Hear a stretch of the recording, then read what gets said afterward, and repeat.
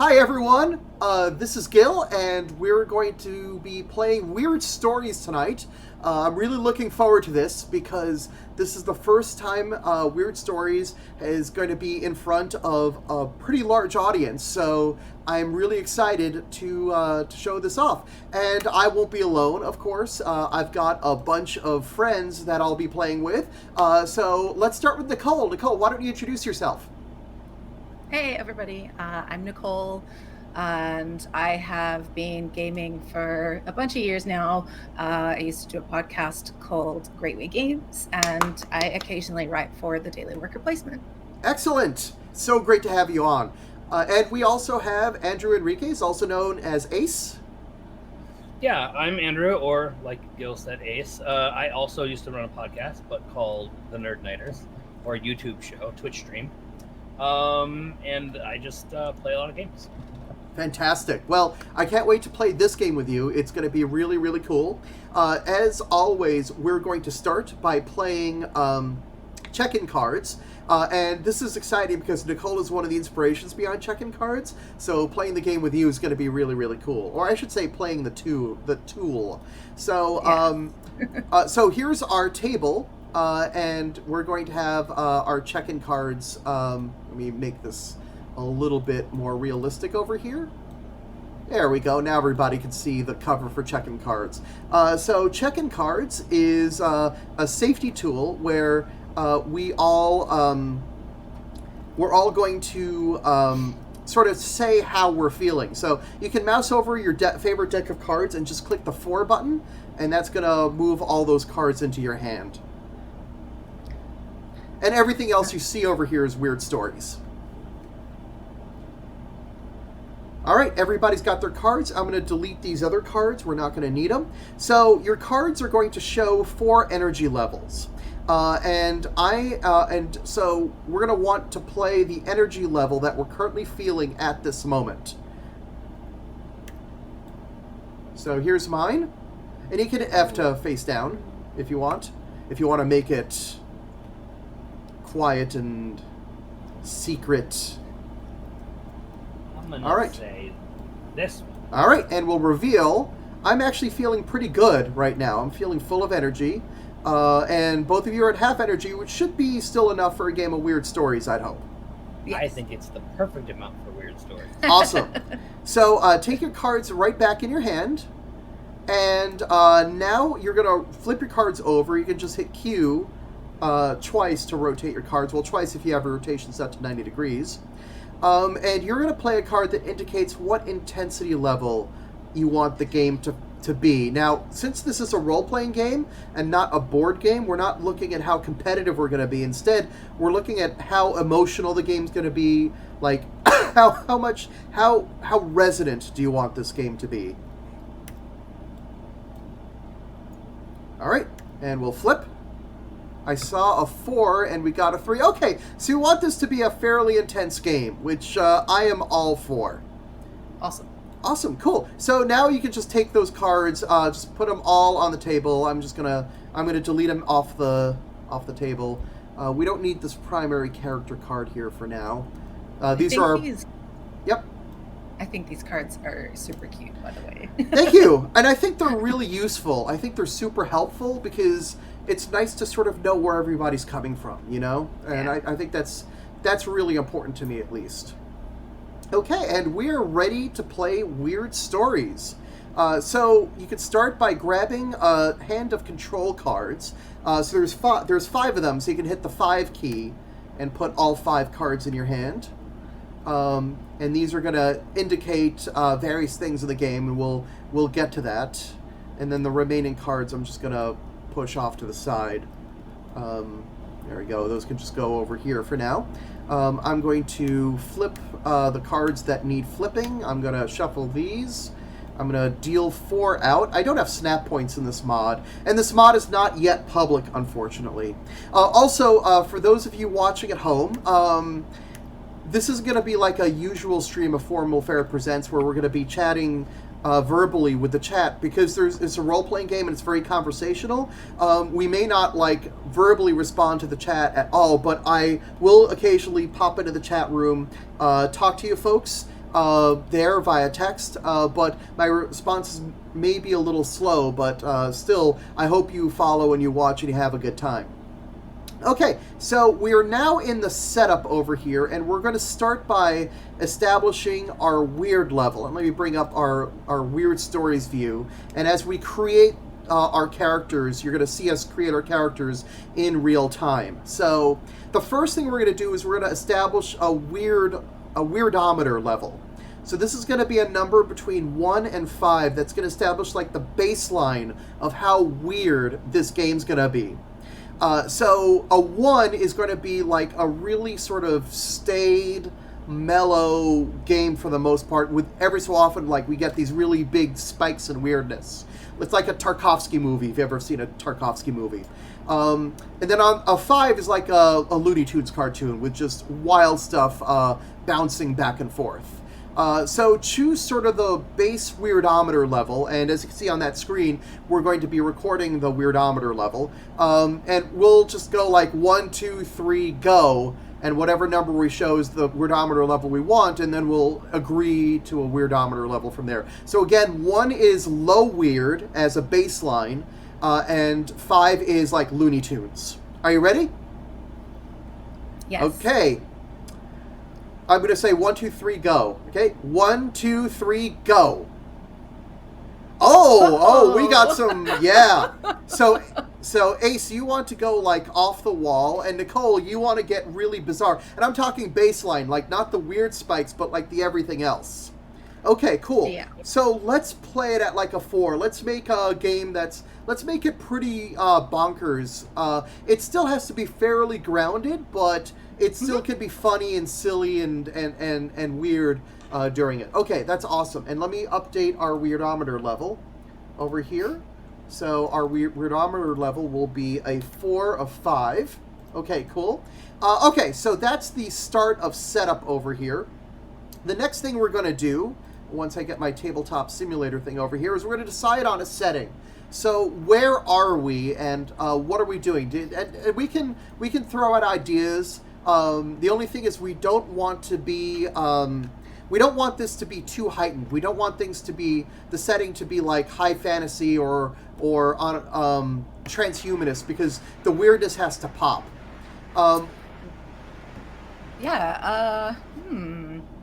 And one other thing we could do is we could establish a trope instead of a setting. Or a genre. We could say that, let's play this in like a police procedural way, and then we'll do a police procedural, and then things will start to get weird. Right. And I mean, we've played this once before, so I'm a bit rusty on like kind of going back and forth on this. Do we want to think about a past or a future setting? Like, would that be past? Yeah, past is good. Future's not as good, because future, right, we can't tell where the weird is. Past is okay as long as it's grounded. I did one game like in Victorian England that was excellent. I would like to, just as a suggestion, maybe do like inside of a house, like a large house, like a ghost story. Okay.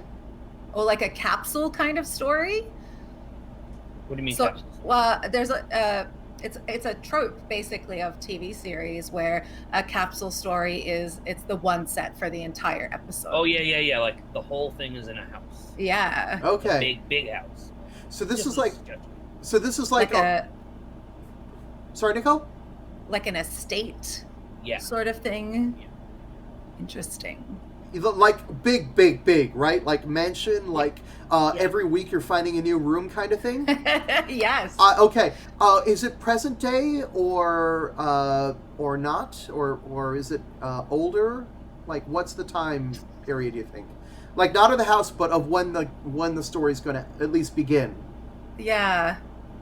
I think what would be cool is to do something that's ambiguously in the past, but maybe in the present. So I'm thinking of things like Knives Out in the house, where it feels old, but it may not be old. You know what I'm saying? Yeah. So it's within our like lifetimes. Okay, so it's modern day, but Just it's almost like the house is giving a feeling like the house is pulling us back into the past, which is a feeling you get from a lot of these older houses. Okay, great. Yeah. So I'm going to say old house. I mean, that's just a suggestion, unless you know. I like that very much. Yeah. Inside. Okay. Okay, so I have an old house as our setting, and the whole game will happen in the house. Like every scene. Let me up to every scene. Or on the estate, because I mean, there's always a backyard, or there could be a graveyard in the back, or yeah. Exactly. Oh, you went there. Okay, I was like a lovely greenhouse, and Ace is like a graveyard. Yes. Yes. All right, cool. Okay. So we've got our old house. Each scene is going to be somewhere in the estate. That's excellent. Okay, cool. So let's look at the next thing on setup now that we got our setting. We have a lines and veils doc that we established. Let me take a look at that really quick. So normally if we were playing in real life, we would write out lines and veils on a piece of paper. But in this case, we're going to, we set this up. And we're not going to say the lines and veils here, but we are going to abide by them. So those all look good. Let me just make sure that my weird stories, because I think, there we go. Okay, that's better. And this I haven't looked at it since yesterday, so I don't know if anyone's added anything. Okay. I think I just need to refresh this over here. And then, okay, cool. Excellent. So each scene will be in the house somewhere in the estate. Okay, very cool. Okay, cool. So that's done. I just want to make sure that it's actually updating here in the stream. Come on. Go ahead and update. Oh, I know what's going on. Sorry, we're getting a little bit of technology fun over here. No, that's... all right, I just need to update this super quick and make sure that this is working. Good old Twitch, these are the good old little Twitch glitches. Glitches? Oh, here we go. That's what was happening. All right, I had it set to the wrong window. So I just need to... I see. Yeah, so I just need to do this. There we go, and then I can do that. Ah ha ha. Okay. There we go. That's why that wasn't looking right before. Okay, and now if I hit play, that should move, and we should be good to go. Wunderbar. Okay, let's go back to TTS over here. See, if you completely cover a window, sometimes things get a little glitchy. Okay, cool. So the next thing on setup is agree on story elements. So the story elements here are just sort of conventions that we're going to agree to in terms of telling the story. Like, what do you want in the story? What do you not want in the story? I can already tell that we kind of want things to be creepy. Yes. Unexplained. Oh, yep. That's a core part of weird stories, unexplained. Yep. Okay, cool. Creepy, unexplained. Do you want it to be a ghost story, or do you want it to be more like a mystery?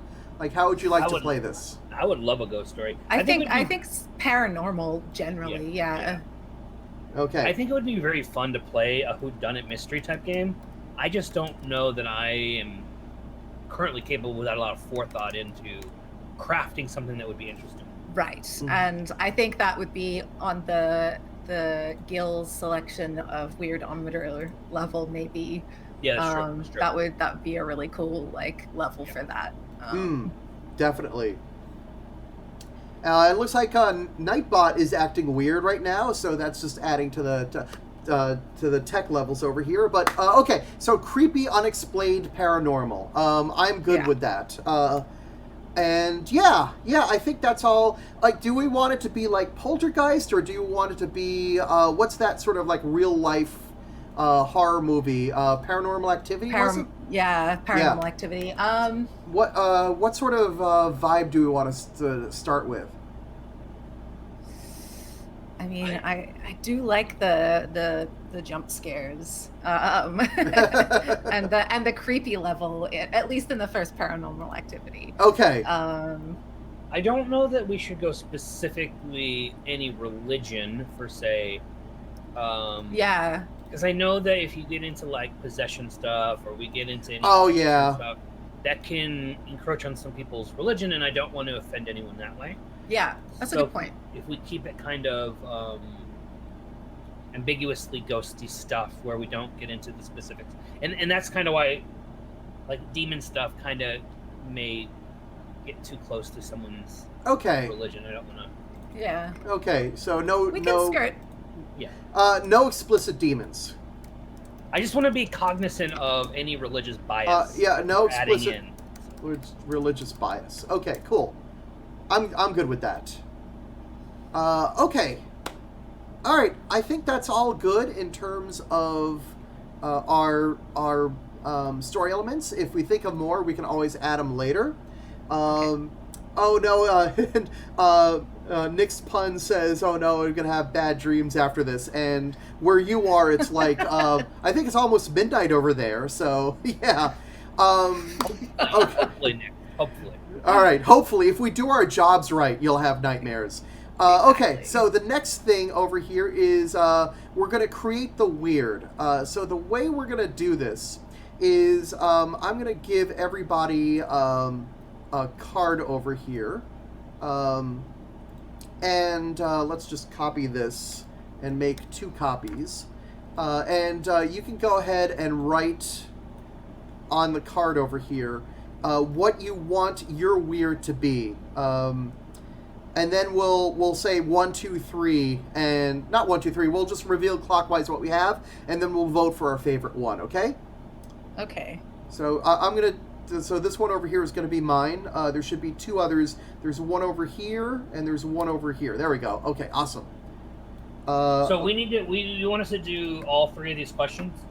No, just fill out the first 2. Just, is it a person, location, or object, and what does it look like? Those are the only 2 questions you really need to answer. I would like it to be. Writing. Oh yeah, because when we're editing this, it doesn't update immediately, does it? No, it doesn't. I have to refresh it. It takes a manual refresh, but I'll be doing that periodically. There. And this is a single person placer thing? Sorry? Yeah, this is a single person placer thing? Yeah, well, it's a single entity. It could be like a swarm, but it would be like a single entity. Okay.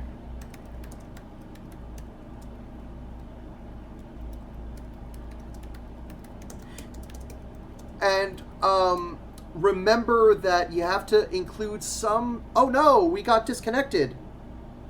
Oh no. That's okay. I'm gonna create a new room. So let me just quickly turn off my stream over here. I seem to have broken my card. Oh yeah, because because the whole thing broke. You're all gonna get kicked in a moment. So let's just switch views over here so that the folks watching at home. Time for me to think. Okay, so create a new multiplayer room. Credentials are the same. Please don't say them on air.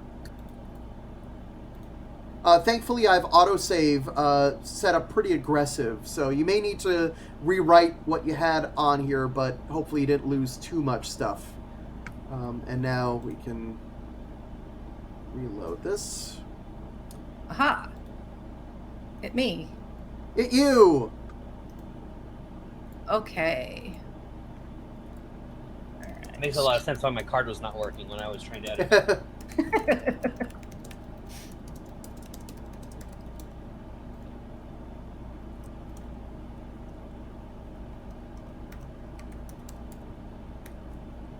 Right.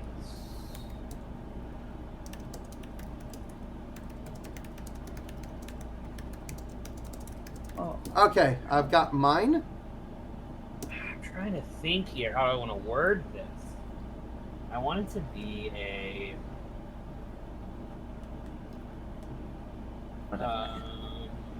Oh, I'm so bad at typing. Oh, Everybody's bad at typing for these cards. I mean, yeah. Eh, eh.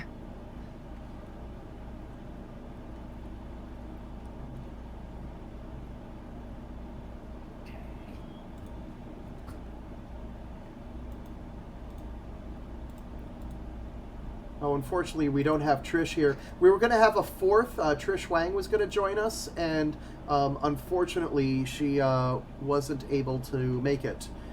She actually did join us, and then, like 5 minutes before the stream started, her power went out. So Yeah. that was a real bummer. Yeah. I want it to look like.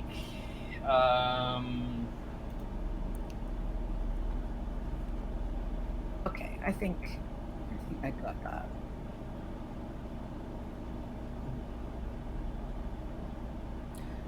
Cool. I think I edited this correctly. In the meantime, I want to say hi to Russ for Chits and Giggles. Hope you're doing great. And of course, Nick's Pun. Nick's Pun, we can say who you are, right? We can say your name, because I don't want to, I don't feel bad saying Russ's name because we pretty much know that. Nick's Pun, not everybody will know who Nick's Pun is, and I don't want to reveal them unless they allow me to. Okay, Nick's Pun is Elaine from No Pun Included. Hope you and Efka are doing great. I hope you're doing really well on that 18XX video. Whenever you finish it, I can't wait to see it. Yeah, it's going to be amazing. They've been shooting this sucker for a while, and it's been a lot of work. So, and you know, when Elaine and Efka do a video, like, they go all the way. They do amazing work. So anybody who hasn't checked out either No Pun Included or for Chits and Giggles, they're both really, really fun streams to check out. All right. How are we doing, Ace? We are doing good. Okay. How am I managing to? The editing is all messed up. Yeah. Yeah, we'll just have to assume that I've typed this. Yeah, that's fine. We're gonna update it on the. We'll make it look nice on the slides. It just needs to communicate. All right. So Okay. my proposed weird is a marionette that always appears in a new room.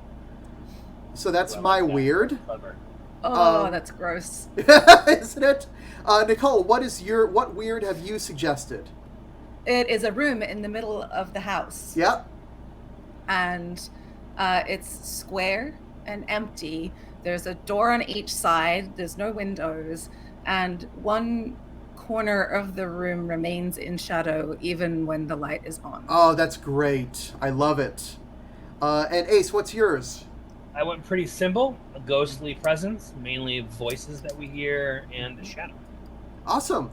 Okay, so now we're going to vote for the weird that we want in the game. And that doesn't mean the other weirds can't be in the game. We can always write them in later, but we're going to choose the one that we're going to start with, okay? So the way we're going to vote is, I'm just going to assign numbers. I'm going to be 1, Nicole's going to be 2, and Ace is going to be 3.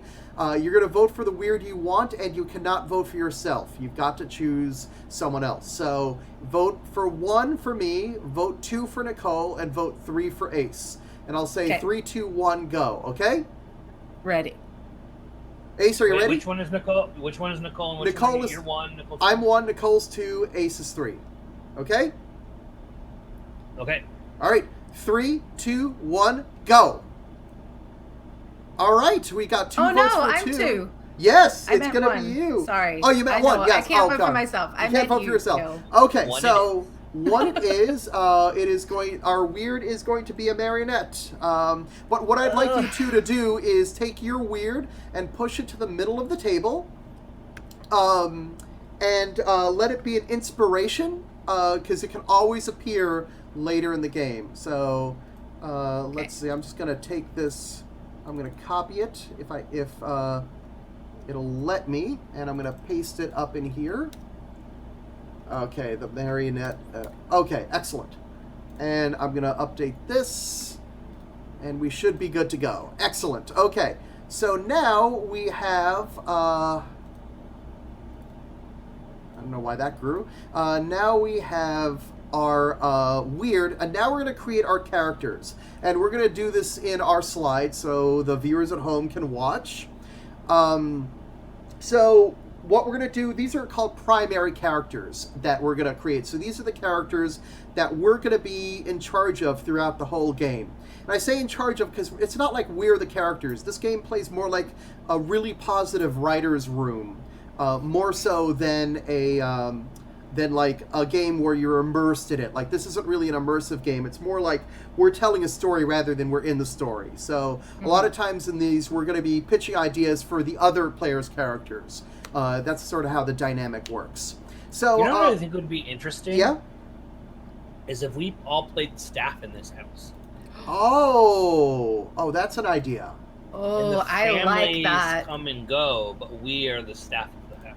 Ooh, Cool. yeah. I don't know if that changes anything.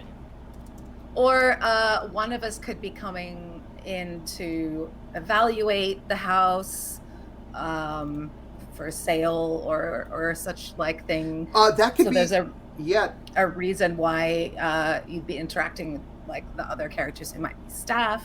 oh, absolutely, yeah. I want to be a butler. That's important. Oh, I yeah. thought you were gonna say you want to be groundskeeper Willie, and this was gonna be the shinning. I want to be a butler.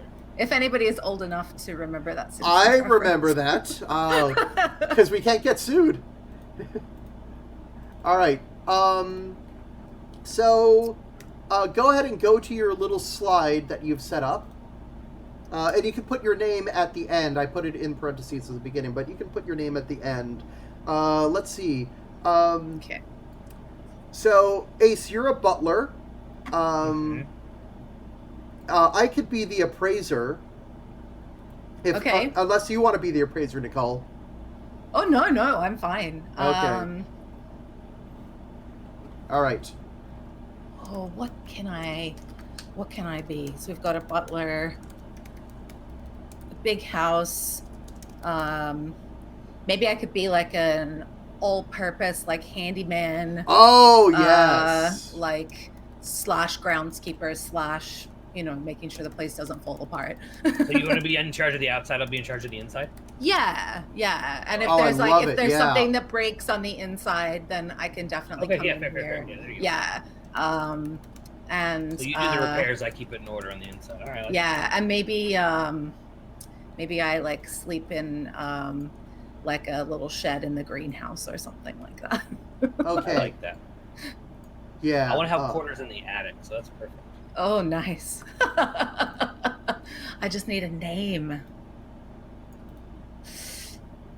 There are name generators. Oh no. Oh no, you're doing it. You're gonna do it. You do it I en got natural. You got it. Ground sleeper slash handyman. Why do I do it? And you don't need to worry about connected character yet. We're gonna do that Okay. in a moment. Just do what I do I don't do and know. why do I I do don't know it? that Percival would have known anything else. It's just always done it. It's in the family. Oh, the It- butler tradition. In terms of Yeah. connected character, or in terms of... Why am I the butler? Oh, that's a perfectly good reason. I've always done it. Yeah, I'm like duty bound to this house. Yeah, that's great. I love it.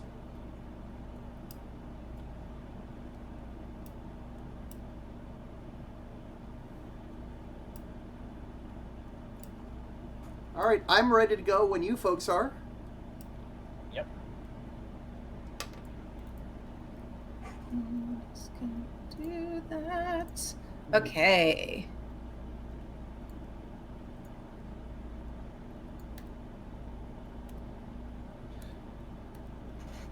So are we saying since the appraiser's coming that? Well, I guess we'll figure that out as we go. Yeah, Mhm. yeah, we can figure it out in a moment, I'm sure.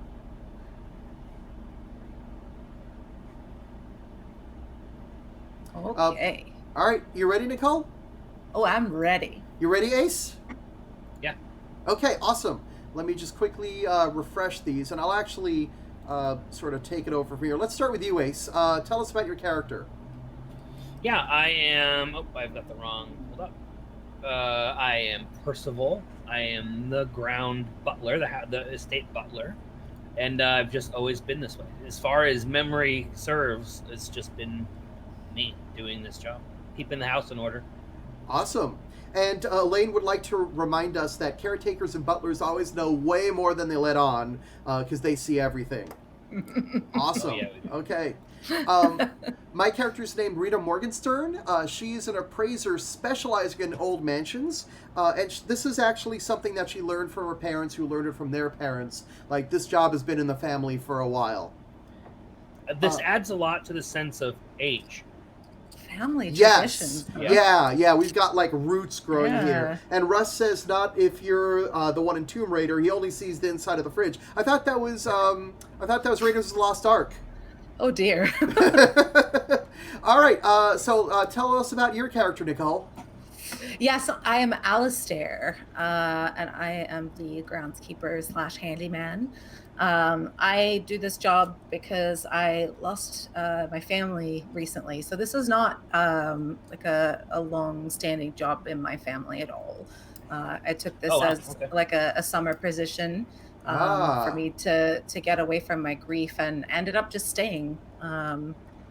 There wasn't really anywhere else for me to go. Okay, awesome. How many years ago? I came last summer. Oh, okay. Yeah, so still relatively I've new. been here. Let's call it maybe a year and a bit. Awesome. Okay, cool. All right, so that's everybody's characters. So now what I'd like to do is I'd like to go and talk about our connections. Every character is going to be connected to another character in some way. It could be friends, blood relatives, lovers, enemies, co-workers, that sort of thing. And I think Alistair and Percival have a pretty obvious connection. The question is, how is Rita? I'm going to guess that Rita, if you don't mind me saying, Ace, this is not the first time Rita has interacted with Percival, just because she and her family's been in the business for so long. So yes, the makes sense. question we have is there currently a family living in the house? Or are we in the middle? Are we between families, and that's why we have a razor? Because I think between. Yeah, I think between. Okay. So you've brought other families to this house before, is what you're saying? Yeah, either I have or my parents have and brought me along as a kid. You know, okay, I like that's it. another I like it. So maybe this is your first time doing it, but it was your parents before. Oh. No, I think I'm experienced, but maybe it's the first time in my house. But I want Rita to be experienced in this. Right. So experience in this house or experience in the job? Experience in the job, but not necessarily experience with this house. Right. Okay. What else was I going to say? How old is Percival? Right. He is one of those ages that feels old, but we don't know if it's because he's so stoic and stiff. Mm-hmm. Because he still seems how do I say? Imposing, right? So I'm saying late 50s, young 60s. That timeless between old and not old.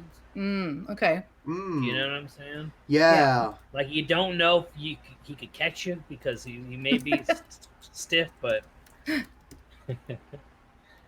interesting. Yeah. Old enough that it would not be weird that it interacted with Rita's parents. Okay.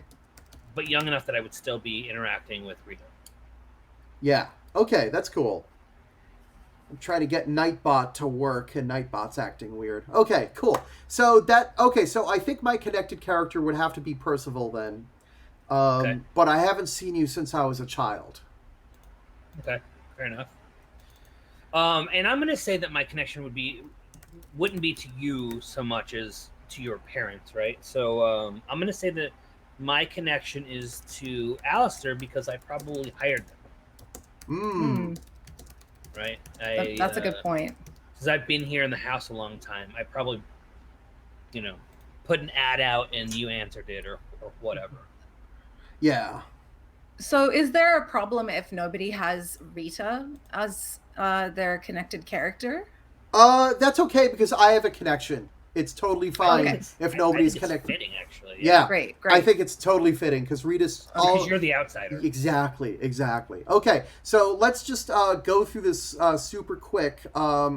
Nicole still needs to do theirs. Oh, right. Yes. Sorry. Oh yeah. My connected character is Percival.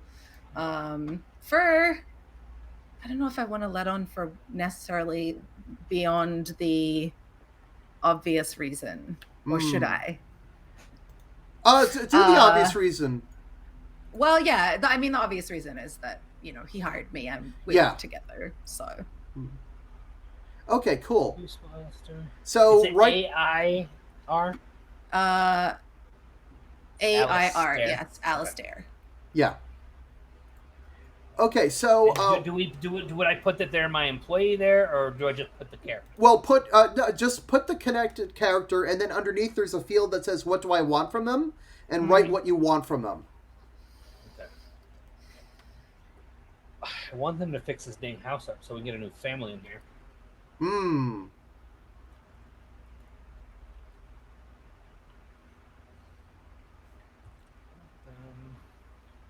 Very I don't know cool. if that's too vague or just vague enough. Let's see. What do you want from them? Answers to what? Okay. Answers.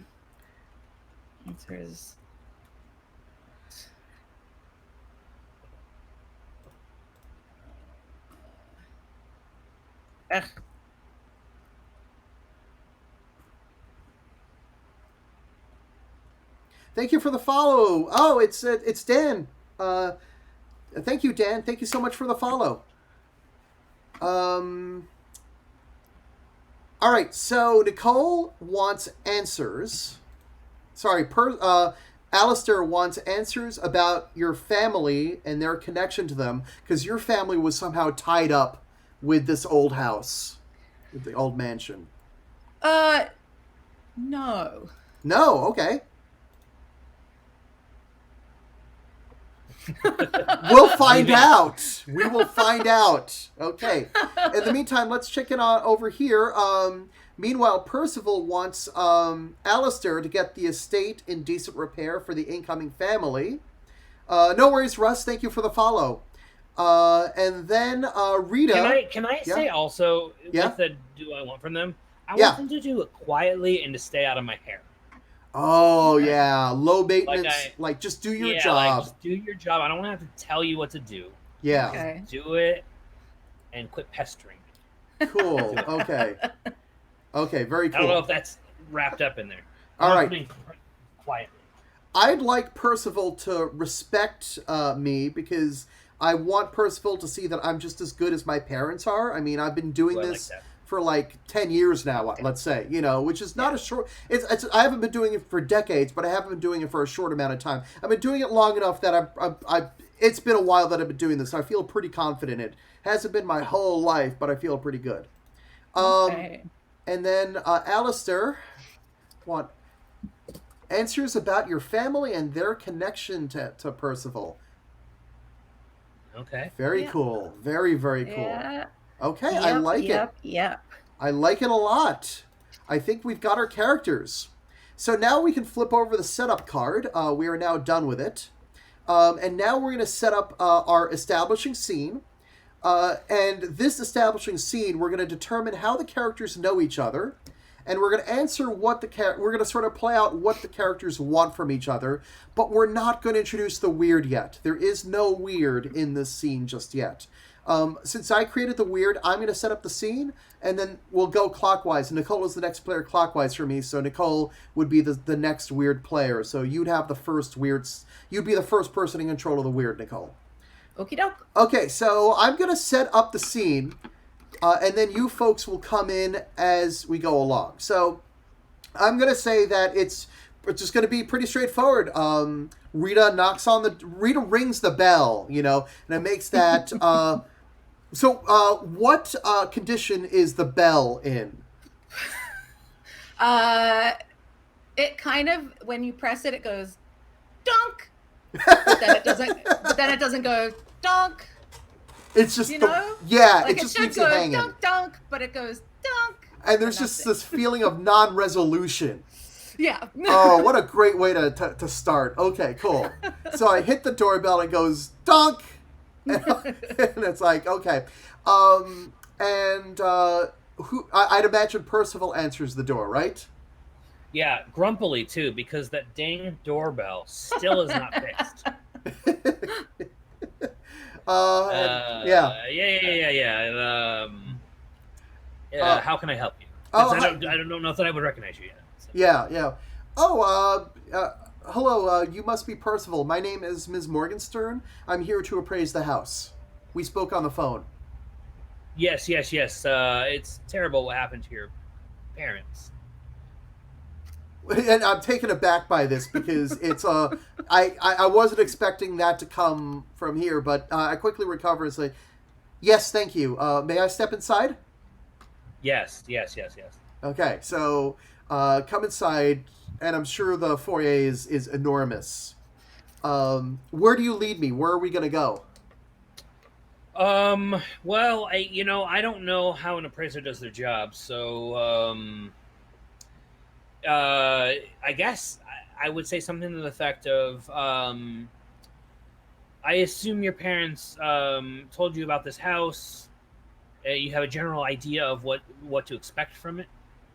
Yeah, I've heard stories but really they always said don't take this from me. Actually, let me retcon that. They actually specifically didn't tell me anything about this house. They refused to speak about this house. Every time I asked about it, they said, I'd rather not talk about it. And we just never got around to talking about it. It's one of the things I regret. Well, actually, then I guess the best thing to do, since since your parents didn't prepare you for this job, clearly, let me show you My around the parents outside. prepared me very well. Let me show you around the outside, and I'll bring you to Alistair, who can show you the outside and work our way in, because I've got some more things to do inside. Excellent. And so I just point you in the direction of Alistair, and then I kind of go back inside, I guess. Awesome. So I've got a pad, and I've been writing notes this whole time, on my pad and clipboard. So I think I get let out through another door. I'm certainly not at the front door. It's one of the many side doors into one of the many yards. And how do are you there, Alistair? How exactly do I bump into you? Oh yeah, so I am a little ways, there's a lawn outside where you came out, and I'm just a little ways off to the side outside my shed, and I have the lawnmower in bits and pieces, just going at it, oil up the hands, just trying to not swear, and banging stuff. So do you notice me walking up? No, I'm very engrossing trying to get this thing fixed. It's been all morning. And I probably didn't prepare you at all either. So. Oh yeah. So I walk up and I kind of clear my throat, but I don't know if you hear me clearing my throat And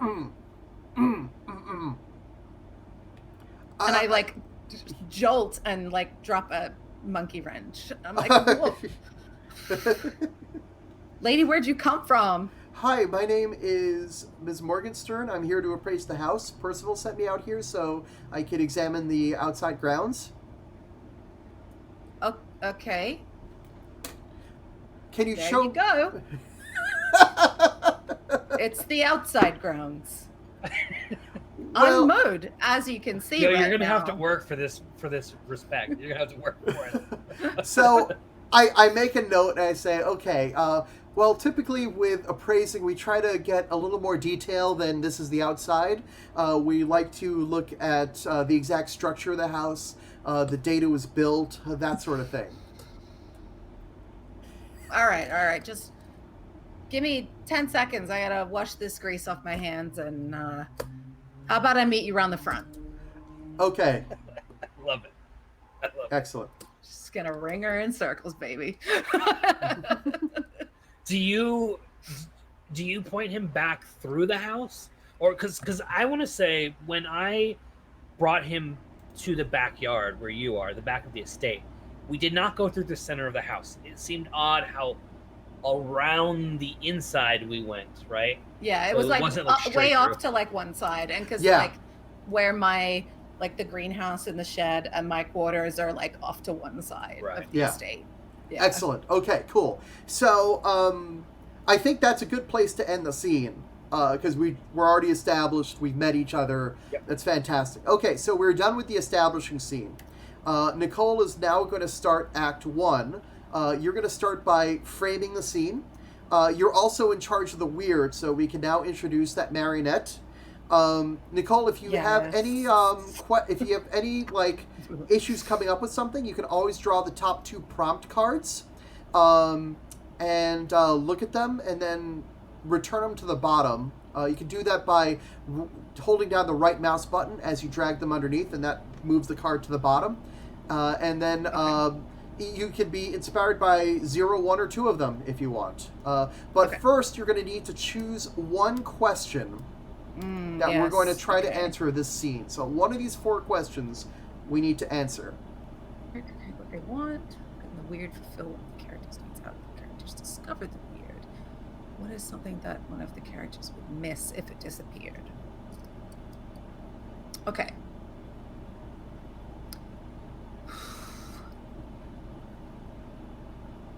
I'm gonna go with this one. Okay, cool. What is something that one of the characters...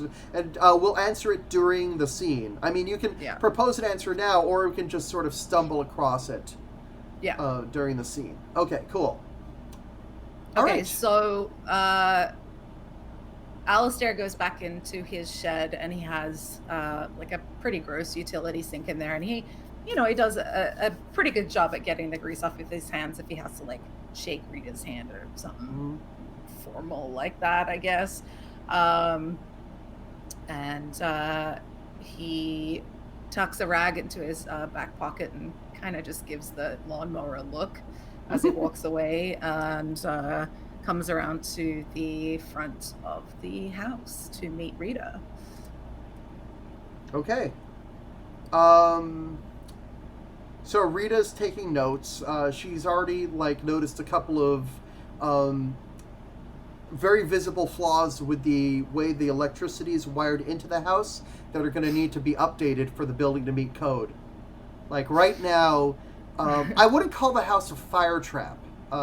It's not quite that dangerous, but it is in like... It's a fire hazard, definitely. It's probably about a good 5 or 10 years away from being in a good state of disrepair, I'd say. It's just not in great shape. So I will walk up behind her and do the same like throat clearing that she did to me. Yes. And without turning around and saying, "Oh, Alistair, I'm glad you're here. I've noticed a few issues with this house. Do we know the last time the electricity when the electricity was installed? Like, is this the original installation from like the late 19th century?" That's before my time. I mean, Percival would have the paperwork for that.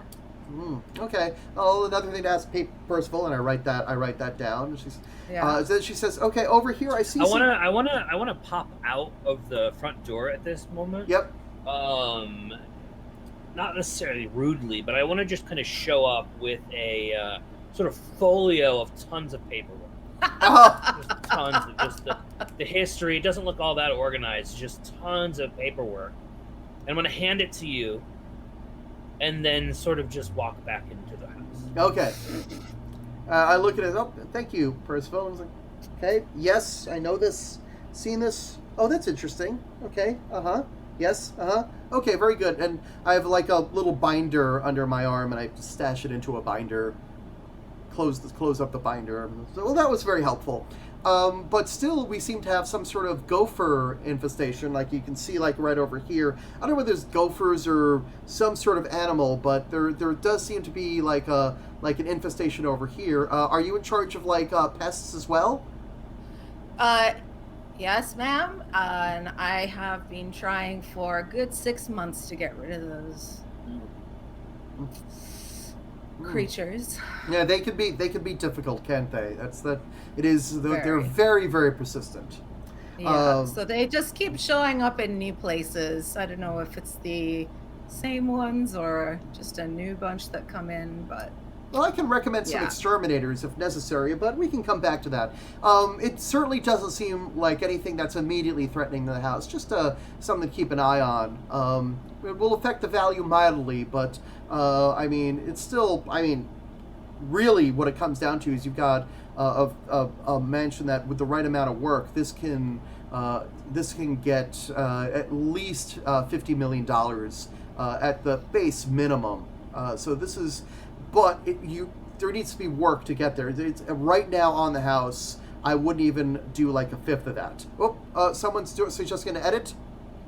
Yeah, can I say that when I brought you that paperwork, I told you not to lose it since it's the only copies we have? Oh, yeah. Excellent. I love it. Okay. Yep. Okay. Fantastic. Love it. Okay. And you can put that back in your hand now. Sorry, I didn't see it. Thanks for blowing. You can also grab that card and shake it in front of me so that I can see it. Yeah, no problem. right. I wanted it to be big enough for the stream to see it. Oh, yeah. It's, as long as you put it somewhere in the middle over here, the stream will be able to see it. Sweet. Yeah. Okay. Cool. Okay. So yeah, unfortunately they've done a number on a large portion of the gardens on the other side of the estate here. So I've been working on that as well as trying to get rid of them for the last 6 months or so. It's taken quite an amount of time that I wasn't really expecting when I was first given the job. So okay, there's a sound of thunder and some raindrops start to fall, and I start holding on to that binder a little more quickly, and I said, well, I really shouldn't be outside with this. Let's proceed with the indoors inspection, and then we can look at the outdoors again once the rain has passed. sure, I'll see you inside. I really need to drag that mower in. Okay, and I think that's a good place to end the scene, right? Yes. Because I think we have answered this question. What is something that Indeed. one of the characters missed? We didn't get the weird yet, and Ace is going to take control of the weird now. Yeah. But that's okay. You'll have plenty of opportunities, Nicole, to make things weird. So now, Ace, you're going to answer one of these three questions, or you're going to propose one of these three questions to answer in our next scene. The one question I have: how do the characters discover the weird? Is that to say that we don't know it, or you don't know? So it could be the kind of thing where one of the characters already knows about the weird, but this is how everybody knows about the weird, Okay. So one of the characters might already know about it, but I don't have any idea that there is a really creepy marionette in there. Okay, I like it. All right, excellent, because we need to get the weird in here. Okay. Yeah, for sure. So for sure. go ahead and establish the scene. So as you come in the front door, I'm standing there waiting to take your coat, as if I expected you to come in. And in the grand foyer, you see a large curio cabinet kind of against one of the walls, and you may not realize it, but there's the marionette there, right, prominently displayed. Ah, okay. And I take your coat and set it on the thing, and then we sort of make our way around the house, to one of the rooms, and there's another curio cabinet there that's different, but you notice the marionette is also still there. Now, I don't make any note of it. Oh, you may not make note of it, since it could be multiple marionettes. But that's what I looked at it oh, this person really likes this one kind of marionette. It must be a collection, but I don't say anything about it. Just an internal note. You would notice, because we're in the threshold. If you looked back, it would not be back in the. My character doesn't think to look, but that's a nice detail. Right. Awesome. And then let me show you around the house. All right, so let's take a quick look around the house. So what's the first room you're going to show me? I think it would be whatever house you would want to see, but we'll just go in a circle. I think I guess we go towards the dining hall, maybe. Okay. The dining room. Excellent. And I'm in there. Excellent. Okay, I'm glad. Yeah, I'm just sitting. What took you guys so long? Well, I'm glad you're out of the rain. It didn't seem to take that long either, because we just literally walked in and back. It seems a little odd that you were already inside. So yeah. Does seem a little weird, doesn't it? Well, I'm glad you're out of the rain though. That's good. Yeah, it's just another day. I'm not going to get at those gophers though. Yeah, well, the gophers are going to be hiding from the rain also, so it's not that big a deal. Note that I have no idea if gophers actually hide from rain or not, but we'll say that the gophers do in this particular story. Yeah. I am going to be curiously quiet, as my character is a man of few words, but I definitely give a glaring glance. I guess that's oxymoronic, or redundant. Mm-hmm. But I look glaringly at the feet, at the muddy boots, or lack thereof. But I look, definitely at Alistair's feet to make sure there's no mud being tracked. There's a little. There's a little. At least the grease is gone. So, do you need me to go open up some rooms and get stuff ready, or? I mean, I would like to see all the... I know that this is a large house, but as close to 100% of the rooms that I could see as possible, I think would be ideal for me. Plus the basement, utilities, meters, that sort of thing. I really need to see it all. Yeah, I mean, I can take you down into those ones. Old Percy doesn't really like it too much. And, it's kind of my domain anyway. So... we can get those done now if you like, and okay. Or if it's just easier for you to do that as you head out, I don't mind. I mean, I got nothing to do now, so. All right. So sure, I agree, but so which is the next place you're going to show me then? Yeah, I mean, let's head down to, the main basement. Okay, good. There's others, if that makes sense. No, that makes sense. It's not like there's different levels, but there's different rooms, but you have to go upstairs and then downstairs to get into the other one. But we'll go to the biggest one. Okay, that makes sense. And by the staircase, there's there's a portrait of a marionette. I like it. By the stairs, and I say, well, this. So the previous owner of this house really must have loved their puppets. I like that you could probably see it from the threshold again. And if you were to look back, the marionette would not be back in the I love that there's probably this camera angle that shows it. Yeah. And Rita's completely clueless. Oh yeah, Rita has no idea just yet. Weird little thing in the background. And the funny thing is, Rita's super perceptive also. She's not tuned to that wavelength. She's not expecting to look for creepy marionettes disappearing and reappearing. Because to her, she thinks we're obsessed with marionettes in the house. Yeah. She hasn't so far looked back. Awesome. All right, so... All right, let's go down to the main basement. Okay, I'm suggesting this is a good place to close the scene. How do you feel? Great. Yeah, yes. I like it. Yeah. Okay, cool. That would be Ace's call, because Ace is... I would... Yeah, I think I don't know how you guys want to play this, but I would imagine we would have finished the top quarters, and then you would have showed the bottom quarters. Oh, do you want to retcon it? No. I mean, I'm talking about pace-wise. Right. I don't know if we want to go room to room with it, or if we want to just cut to it's been done. Is what I'm Let's. getting. I think Ah. cutting to it being done. I think it might be more interesting because I don't think we're gonna reveal too much in Right. the actual appraisal. I think the fun's gonna happen outside it, or as we're Right. like going to the tail end. So let's go over to the basement now. I'm in control of the weird now, and we obviously answered the question: how do the characters discover the weird? Though we haven't noticed any of the weird properties, but we did establish that weird properties are happening. Yeah. Okay, cool. How come one character can't get what they want, or how can the weird fulfill one of them? This might be trickier, so I'm going to say how come one character can't get what they want. Okay. Oh, this is easy, I think, in all three ways. Yeah.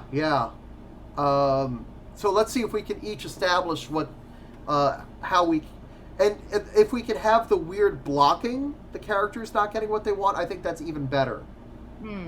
Okay, so we go down to the basement.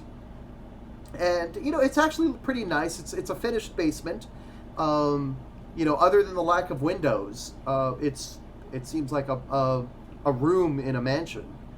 So I'm taking notes. There is a smell, kind of a bit of a moldy smell. There probably is a mold situation somewhere.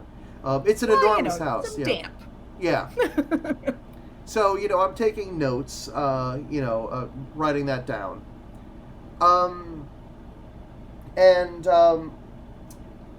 It's Alistair leading me around, right? Yes. And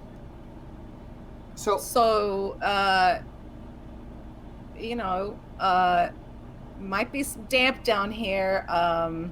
That's a bit beyond my scope, but I tell you what, this house has some foundations on her. You know what? Like, the stone isn't going anywhere. It's really solidly built. You can put that in your notes if you like. I already have. What's behind that door?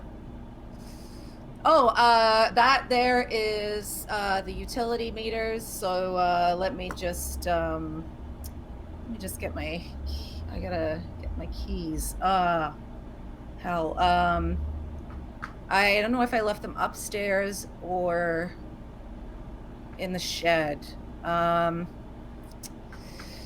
We might have to hand you over to Percival maybe because I can't let you in there. Or maybe we could circle back around. It's just the meters. Okay, well, we'll get to it later in the visit then. And then as we turn around and go back to the stairs, the marionette is actually sitting on the stairs. I like it. And Alistair just completely nonchalantly just kind of shrugs and sighs and picks it up, sets it to the side of the stairs so there's room to pass by. Doesn't try to move it himself, as in take it out of the room, but just kind of shoves it aside. And is yeah. Yeah, I say, well, was that marionette there when we went downstairs? No, maybe it's Percy just playing some tricks on us. No. He'll probably come and get it anyway. He doesn't like me dealing with the house stuff in that way, Yeah. All right, very good. Yeah, so let's just head back up and I'll grab those keys and yeah. All right, we go upstairs, we close the door, and I like to see the camera just sort of dollying over from the closed door over to the marionette, just sort of sitting by the side of the stairs. And there's just this moment where it's not moving, but it could be moving any second, The camera pulls right in, Yep. Yeah, the camera just a close up to its face, and that's the scene. What room did these stairs come off of, would you say? I would say a hallway. Hallway, okay. Yeah, one of the hallways. Okay, so I can't get what I want. I mean, do we need to close the scene right now?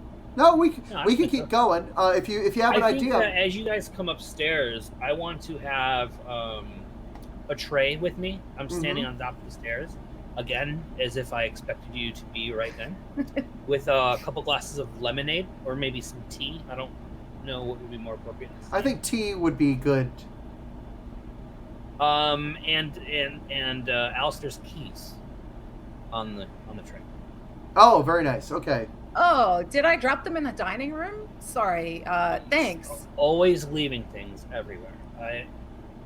Look, you got an eye for it, Percy. I'll give you that. Do you want to sip your tea? I'll pop down and I'll unlock the utility room, and you guys can That's perfect. come on down. And I'll tromp down the stairs again and leave you guys to the tea. All right. Yeah, I want to be visibly annoyed that all of this wasn't already done. That I have somehow both been there with the things that you need when you need them, and also super annoyed that I have to, even though no one asked me to do any of this stuff. Mm-hmm. And then as I bring you to sit down in the whatever a room would be to sit and eat. A sitting room? Sitting room, yeah, I love that sitting room. To let you open up, the rest of the house or whatever. I'm gonna set you in the room, Rita, where there is a mirror that you could see. Maybe the entryway. You could see where the marionette was, where you're sitting. From that vantage point, like now I'm setting you where a camera would be to see the weirdness happening, right? That that it is and isn't there in different places or whatever. And I don't know if we would say that the marionette would be in like a different position or posed differently. Maybe posed a little bit differently, yeah. Yeah, and a totally different pose. I like that. Yeah. Because, yeah, I look at it, and I open the cabinet, and I just sort of adjust. I feel around the marionette, and it's perfectly normal, perfectly cold wooden marionette, and I kind of adjust it to how it was, and I close the cabinet door. I want to kind of harumph and say, is that part of appraising? I think the tidying is my job here. Oh, I wasn't tidying. This is a really fascinating piece of the fascinating toy you have over here, and I was exploring it a little bit. It's very interesting. This house has a lot of history to it. Yeah, the marionette goes way back in the house, and it's posed the way it was posed, and I kind of gently push it aside and reposition it how it was before. But the way when I fixed it, it was different from how I came in, is what I'm saying, and I fixed it back to how it was when I first came in. Yeah. Oh, I see. Yeah. And yeah, I think I like that, yeah. maybe that's what you notice. See, and you come in to fix it, and you realize that I already fixed it. I moved it back to how it was. Well, I like that. Yeah. I like that. Awesome. She's got that detailed eye. Yeah, she does. She's got a very good eye. I mean, she's good at her job. She just hasn't had a job like this one yet. Okay, I'm good with closing the scene over here, because now we know why Percival can't get what they want, and I think we have a hint about Alistair not getting what they want either, because Alistair wants answers, and Percival is less inclined to give those answers now. Yeah, I think it works out well because I am annoyed by Alistair incompetence. I am too quiet to give the answers, and also I'm seeming annoyed at Rita. And the funny thing is, and it's funny because Alistair isn't necessarily incompetent. I was going to say that, yeah. That the house is against him. Yes. Oh, I like that. Yeah, like no matter how hard he works, the mower breaks and he tries to fix it. The rain happens, the gophers keep coming back. So it's like, he'll try. And he never used to be quite so forgetful of his stuff until he lived here either. And I think also Alistair, since Alistair is young, Alistair has the core competencies to do the base job, but doesn't have the social graces to do all of the other stuff. So I think like I'm in my mid to late 20s. Yeah. So, I can hold a job down and try and do it, but I don't quite get the heritage of this place. Very cool. Okay, I think we've answered this question. I'm willing to close the scene. Okay. Yeah. All right, we're now done with Act 1 because we've done 3 scenes in Act 1. We're now going to move to the first intermission and answer a few questions. First off, how is the weird affecting the characters? I feel like the weird is unsettling, but hasn't directly interfered with the characters yet. Yeah, like, I mean, having not explained why, but obviously Alistair is just used to it. Yeah. The only thing that it has affected yet is you've noticed it now. It's been in your way, and you've tried moving, right? Yes, definitely. Which is not what your job is here. So it is affecting your behavior already. Yeah. Yeah, it absolutely is. So what can we do to bind the characters and the weird closer together? I think that I think the weird needs to start interfering with the characters. Like, yeah. I don't know exactly how, but there's gonna be like I don't know whether it's gonna be direct Chucky action or something more subtle, but there's gonna be some way that this marionette's gonna mess with us. Yeah. I think it needs to mess with Alistair's work. Okay. I think it needs to keep messing with. It needs to be taking the keys. Right. Screwing up the lawnmower, locking the doors. Yeah. Getting in the way. And at some point, also messing you up because it keeps changing your behavior. I was going to say also that I think it's might start regarding me as a threat. Like, I represent change, I represent the future, and these are all existential threats to everything the marionette stands for. Mm-hmm. Well, I like that. Yeah. And the third thing, does the story need to be more grounded or more heightened? I think it needs to get more heightened. I agree. Sure. Yeah. Okay. So, knowing all that stuff, that's the end of the first intermission. We're now going to draw out 4 new scene cards. Nicole is going to be the next person in charge of the weird. We do 3 each. How many are there? We do 3 out of the 4 we see, and there's what? 10? 9. 9? Yeah. I like it. I like that. Yeah. All right. So we've got, how does the weird irreversibly change a character? How does the weird affect the character's relationships? Why does one character hate the weird? And what's the worst thing that can happen to some of the characters right now? Interesting. I think these middle 2 are pretty good. And we have a prompt. I like the after Act 1, we mentioned before that Nicole and I had played before last year. This story is so vastly different. Yeah. This game tells all kinds of stories, and both of the stories the game really hasn't changed that much. The No. mechanism hasn't changed that much. It's but very the flexible. Story we're telling is very different. Very flexible. Okay, Yeah. so also don't forget that if you're stuck as the person in charge of the weird, you can always draw a couple of prompt cards if you're the weird, and that can push you in a different direction. Let's go with all right. this one. Why does one character hate the weird? I love it. Okay, cool. So set us up, Nicole. Okay, I'm gonna grab 2 prompt cards. You just hit the 2 key. Yeah, there you go. You got it. Okay. You're on it. I'm on it.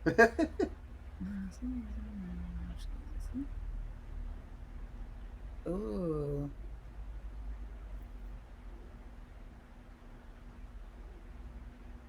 Okay. Oh. Right mouse button. There we go. Nicely done. Yeah. It's pretty cool.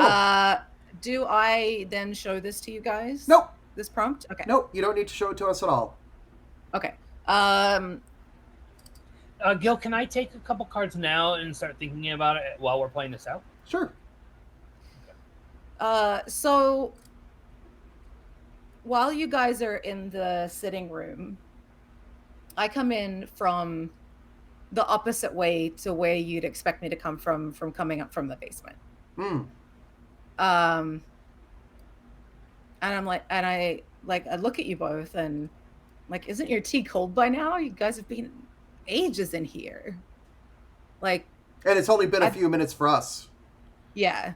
I've just been like waiting out in the hall. Like, are we gonna get going on this or what's happening? Yeah. So you're saying we're still in that tea room? You guys are still in the tea room. Absolutely, Okay, yeah. Yeah. And yeah, And then I explained where I was just explaining to him, that the marionette needs to stay in the position we don't need to be moving the marionette. We've established we don't mess with it. Yeah. It belongs to the house. We don't move them. I just want to establish that it's very important to my character that they don't get moved. Yeah. Okay. They remain in the. Yeah. And I look at Rita. I'm like, I told you Percy got mad whenever I touch it. Anyhow. Yeah, well, I've worked with. I understand that. I mean, this is perfectly understandable, especially when someone like me comes in. You want to know that you have full control over the environment. I completely understand. This is something I see all the time. And then I will leave you guys since you're gonna now that you've unlocked the basement again or whatever. I'll go ahead and take off and go back to doing more work. All right. Okay. So now we go back downstairs. Yeah.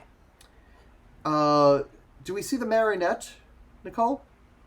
No, not in this main part of the basement or on the stairs. It's not on the stairs. Okay. So we go down there and. So you guys are going down the same stairs and it's not there now? Yeah. I like it. Yeah. So we get into the main part of the basement stuff, and there's one of those naked light bulbs just kind of dangling in the middle. I'm like, okay, so what did you want to look at down here?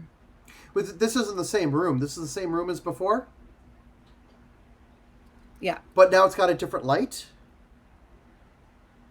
Oh no, it's the same light. Okay, same light. Okay. It just seems a little creepy. Well, hold on. Do you say it's the same light and it's not the same light? Or it is the same light? No, it's the same light. Okay. All right, well, let's see what's behind that utility closet. And I just kind of look at her, and I look at the wall, and I look back at her. I'm like, the utility closet is in the other basement. You said last time we came down here it was behind this wall. I mean, I see the door that you pointed out, and the door's right there. You said the utility closet was behind there. So the door is not there. Oh, there's no door there. There's no door there now. No, there was a door there. No, this is just a fairly basic open basement. We would have to go upstairs and over to the other basement where there's more things.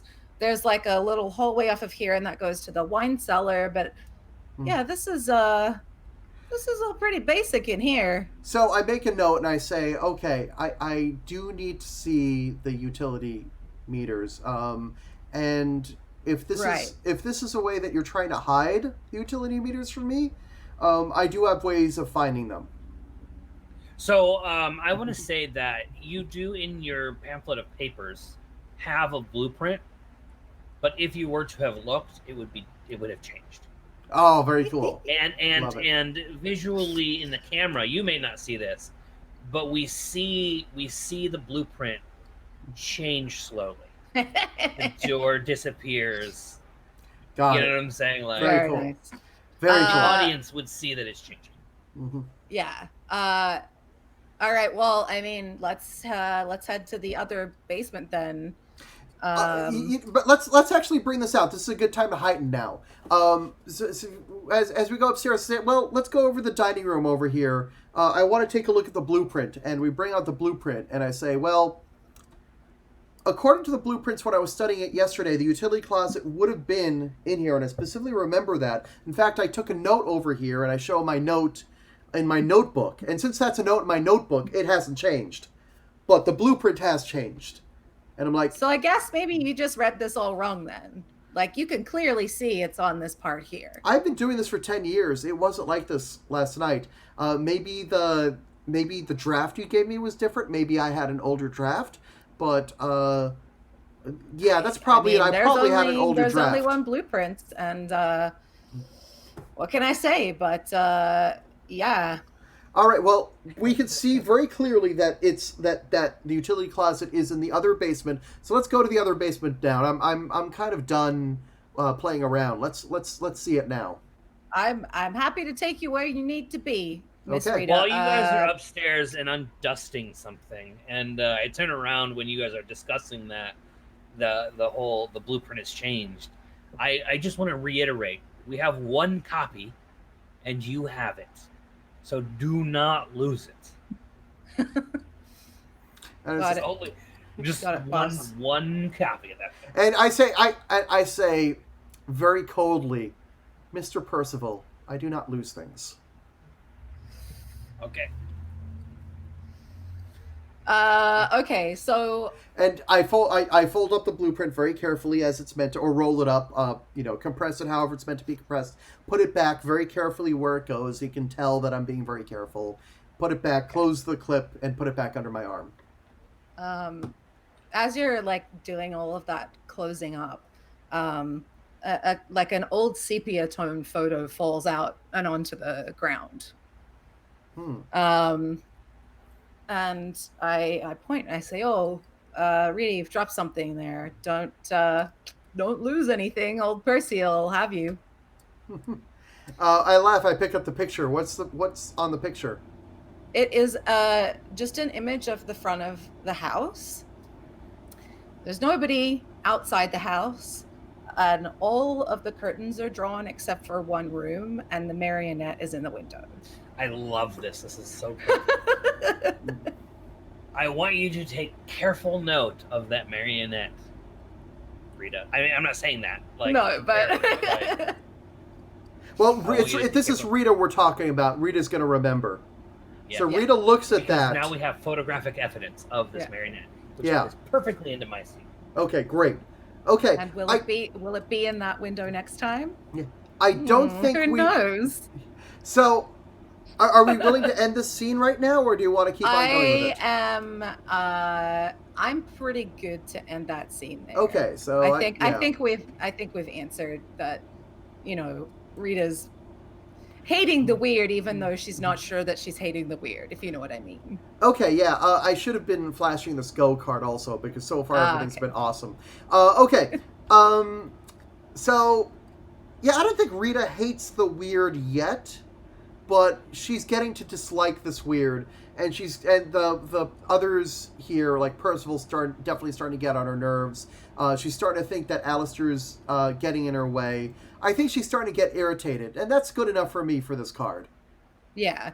Like it's not that she knows it's the weird that is causing her frustration, but that's exactly what it is. We don't actually have to end the scene. If we roll into my scene, it actually fits that we're in the same scene. It is mechanically it's a different scene because we're changing ownership of the weird. Right. Yeah. Oh, okay. Yeah, because I want something to change here. Yeah, and we're flipping this card, and Ace, before you go into the scene, choose... Oh, that's what you're choosing? Oh, yeah, I got this. We are irreversibly changing a character. I love it. Okay, cool. So, as you look up from the photograph, and I want you to, again, take note of the marionette, which was male. Mm-hmm. Right? Mm-hmm. Yeah. When you look up, seemingly frustrated, at the marionette in the cabinet there, it is not male anymore. It is female and resembles you. Oh, yeah. What? It looks like you now, but you have photographic evidence of what it was a second ago. All right. And I look at that and I say, well, that's strange. And I reach in and I look at the photograph. And it's changed. It's totally different. It looks curious like you. All right. So this is really starting to unsettle Rita because Rita wants things when she's seen them. They're supposed to stay the same. They're not supposed to change behind her back. Right. So Rita's like, okay, let's just go to that utility closet and let's get this damn thing over with. So for the audience, I wouldn't necessarily show this card normally, but for the audience, I want to just draw a note to the card I played here. Yeah, I haven't shown any what these cards look like, so... Right. Excellent. So I drew a prompt here that says someone in the scene changes into something or someone else. Mm-hmm. And perfectly fits with this Act 2 card of how does the weird reversibly change a character. And Yeah. I'm saying it changes itself. Yep. That's cool. Yeah. Very cool. Okay. Sweet. So we go down to the utility closet. Ace, do you have anything else for us for this scene, or do you want to? Do you think that's enough? Well, I mean, I just wanted to set that up. Yeah. Okay. How does that play out? How does that react? How do you know? I think Rita is resolved to look at the utility meters. Like, she's getting more bullheaded now. It's like, okay, I just want to... The utility meters are actually the last thing that she needs to see, and then she just get out and go home and watch some boring TV. So you don't verbally mention anything? No. I verbally acknowledging it would be a sign of weakness. Oh, fair. Because my character wouldn't say anything either, right? Yeah. I'm just going about my job as... Right. We can hand wave the basement. Like, Okay. it'll be fine. It'll be like what we expected. Yeah, okay. Because and, I think Ace is in control of the weird now, though. Oh yeah. But no, that's fitting. That's completely Yeah. fitting. I just wanted to really establish that Yeah. that was changing, and we're ramping up that. Because I don't think it has a place necessarily in us, like, ticking that off for Rita. I Mhm. think after she thinks she's good to go, then something can escalate. Yep. Okay. I think like I know. Well, I know the card that I want to take for the next thing. Okay. All right. So we're done with this. We're gonna do this one. We're gonna do what's the worst thing that can happen to some of the characters right now, because I think that's where the story needs to go. Oh boy. Okay. And all right. I think I know. Okay. So yeah. I think we need to heighten a little bit. I'm gonna proceed to heighten. Because I think at this point in the story that we need to heighten a bit. Great. So I say, okay, I've read the meters, I go back upstairs, and I'm getting everything together, and for a moment I take my manila, what's it called? The packet of stuff, you know? Folio. The folio. I take my folio, and I put it down. And we hear this clacking sound from another room as I'm talking, and I'm talking about some boring stuff like, the plumbing looks okay, electricity, I think could use some work. Definitely a mold situation, definitely a gopher situation. And clacking gets louder and louder, and then there's like this blur like around my ankles, and then the folio gets like lifted in the air, and the blur just takes the folio and runs away with a bunch of clacking. I like it. And I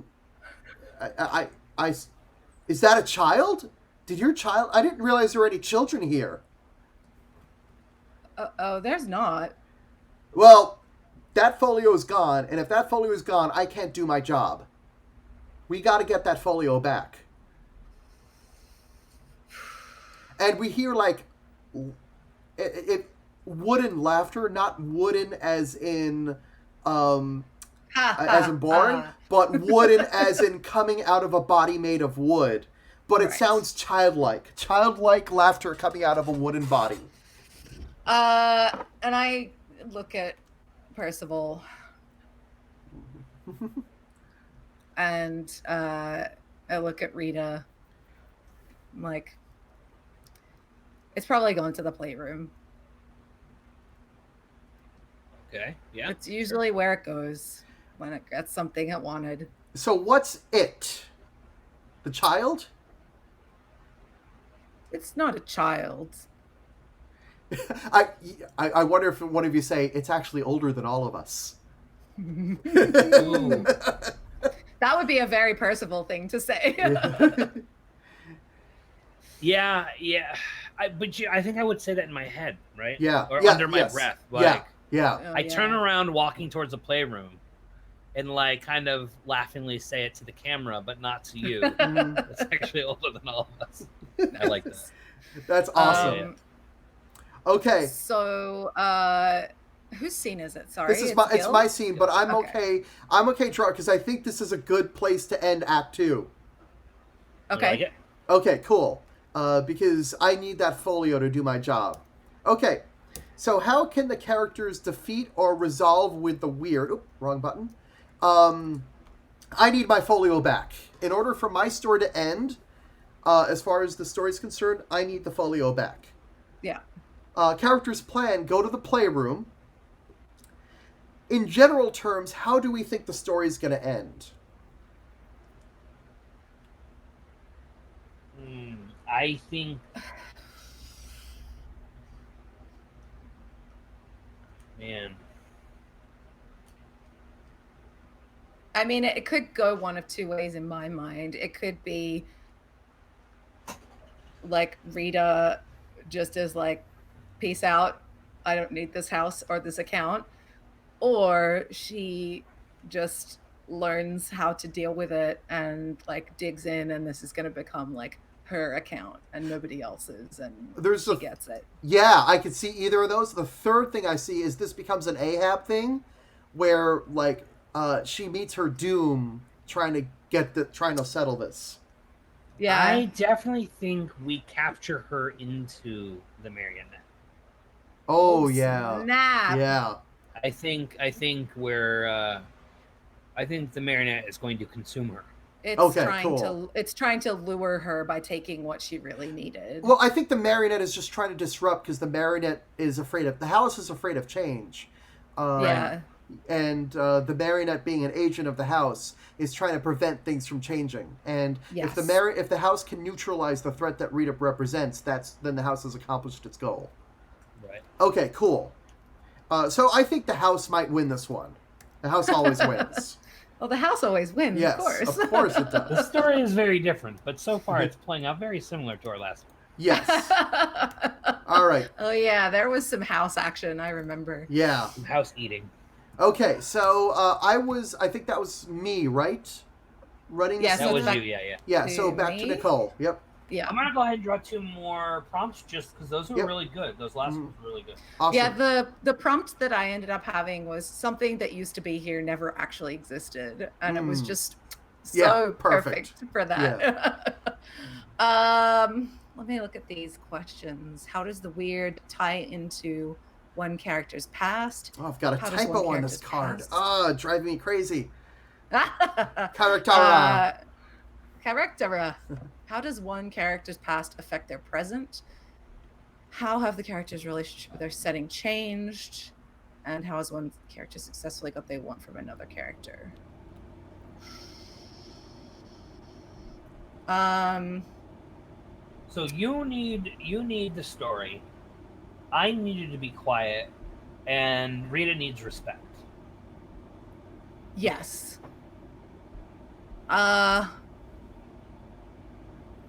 You know, the story... I don't think that's going to happen.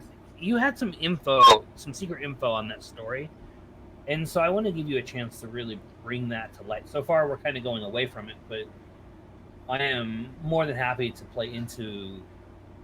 Yeah, it doesn't really drive the weird, though. Okay. All right, that's fine. Yeah. Because it's got to do with the history of the house, in that my late wife is the daughter of Percival and my wife's mom. Wait, Alistair's? Sorry, Percival. Percival and my wife's mom had an affair when her mom was living in this house, basically. Okay. That's like part of the sequel. Yeah, so it's more of a like, I was driven to be here, and maybe the marionette like knows that somehow, but I don't think it's going to drive this. I just want to make sure you got a chance to work it in if we could work. Yeah. It was me being too clever for my own good and thinking of something that just wasn't going to work out. Cool story, bro. Well, although, I mean, that could factor into this. Yeah, oh, yeah, absolutely. And how the marionette starts to treat me. Like, it could escalate to me, and I could end up being subsumed. Ahabbing Yeah. along with you. Yeah. Yeah, Well, I'm actually. willing to work in your background if you want. I'm willing to work into that. I know we're kind of going towards one specific path, but this is our last chance to kind of work towards it. Yeah. If we can include other characters, that'd be amazing. All right. I'm going to go with that one. Okay, cool. Okay, And so... you said we're going to the playroom? Yes. Yes. Could we go maybe to this room that you brought in? As the weird? Oh. Yeah? The new room? Okay. Well, maybe Yeah, they're I mean, one and we the can- same. Yeah, exactly. Yeah, we just want to work it in. Mm-hmm. Like, it used to be the playroom, but now it's this, like, creepy... Yeah, creepy or void. however. Yeah. However you want to do it. I saw a meme that said that the reason ghosts walk through walls is they don't know the new floor plans. They're used to taking regular paths. So maybe it's a similar thing. That room used to be a different room. That used to be the playroom, but now it's the utility room. Oh, interesting. And I really want it to be the room in the photo. Where Okay. the marionette okay. Yeah. was. Oh, so it's not downstairs, it's upstairs. No, I want it to be like it was the playroom. Yep. Okay, and, cool. Yeah. Okay, Cool. so that wouldn't really work with this in the middle of the house, but yeah, that's fine. Yeah, I like that. I like where you're going. Yeah, it doesn't have to be in the middle of the house, but it could be a creepy room. Mm-hmm. So I get my we head upstairs, and I get my keys out. I've got the mummy this time. Don't worry, Percy. It's all good. And I unlock the room, open the door, and it's pitch black. And I reach in and turn on the light, and it illuminates every part of the room except for one corner. Oh, yes. Glad we worked that in. Yeah. I like that. Okay. What's in that corner? Well, maybe right now it's the marionette, Oh. but we can't see it. Hmm. So you see that there is a door on each side into the inside of the house, and where there used to be a window, it's bricked up. So you see some lighter brick where there used to be that window. That window in the photo, right? Yes. Ah, very good.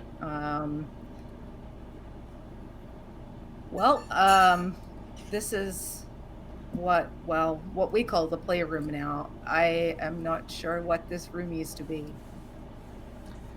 Is the First of folio all- here? You don't see it. You don't see anything.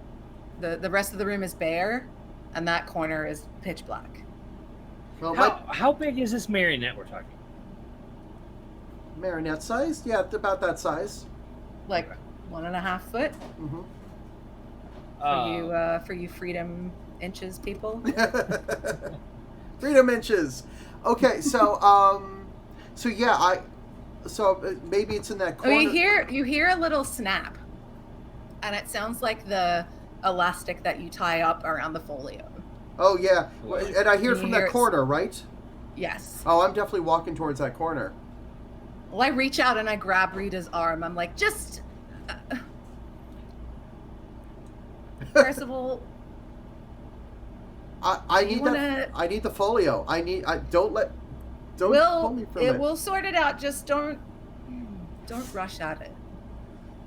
Don't rush it. So What? I want to sort of harump and walk towards the marionettes into the shadow and sort of pick up the marionette as it's an inanimate object, which it clearly is. As if I don't know what you guys are talking about, and it's just marionetting. But maybe in the marionette's arms, there's a very small version of that folio, just kind of dangling, And I say, I really need to get this back to its cabinet, to its place. Get the marionette back to its place? Yes. Yes. Well, that's great. I mean, this has been one real weird acid trip, but I really do need my folio back. I don't know what happened to your folio. It wasn't there when it got taken. But as I walk past you, sort of back towards, past you, I definitely think you notice that the clothes on that marionette are now the same clothes you're wearing. So it looks like a little miniature version of you. And as you're walking toward the door, its head rotates to keep to keep watch of us. Of so Rita. basically, of Rita and of me, because we're standing right next to each other, and I kind of drop my arm from her arm. But Percival's holding the marionette, right? So as you're walking with the marionette's headed. Okay, cool. I love it. It's like looking back over Percival's over my shoulder. It looks up at you guys. Yeah, and I say, Percival, stop. Yes. Then I stop. I know the whole marionette thing is kind of, the kitsch of the house and stuff, but I've never seen it move like that. Did you just do that? No, I don't know how to puppet these things. It's just because it's turned and it's looking at us now. I don't think Percival would notice. I think Percival sees it as an inanimate object. Yeah, but how does Percival react to Alistair saying that? I think I would be like, that's just Percival, you just need to do your job. You know what I'm saying? Like, annoyed that we're playing into these fancies, right? Rita's annoyed, okay, Percival, the joke is up. I think I've had enough of your practical jokes. And I'm going to walk over. I'm going to try to take the doll out of your hands. Ooh. I don't think I would put up with that.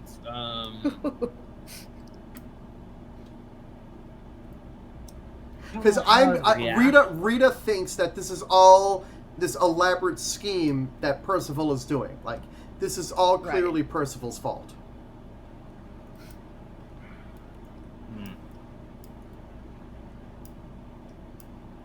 I don't know what you're talking about.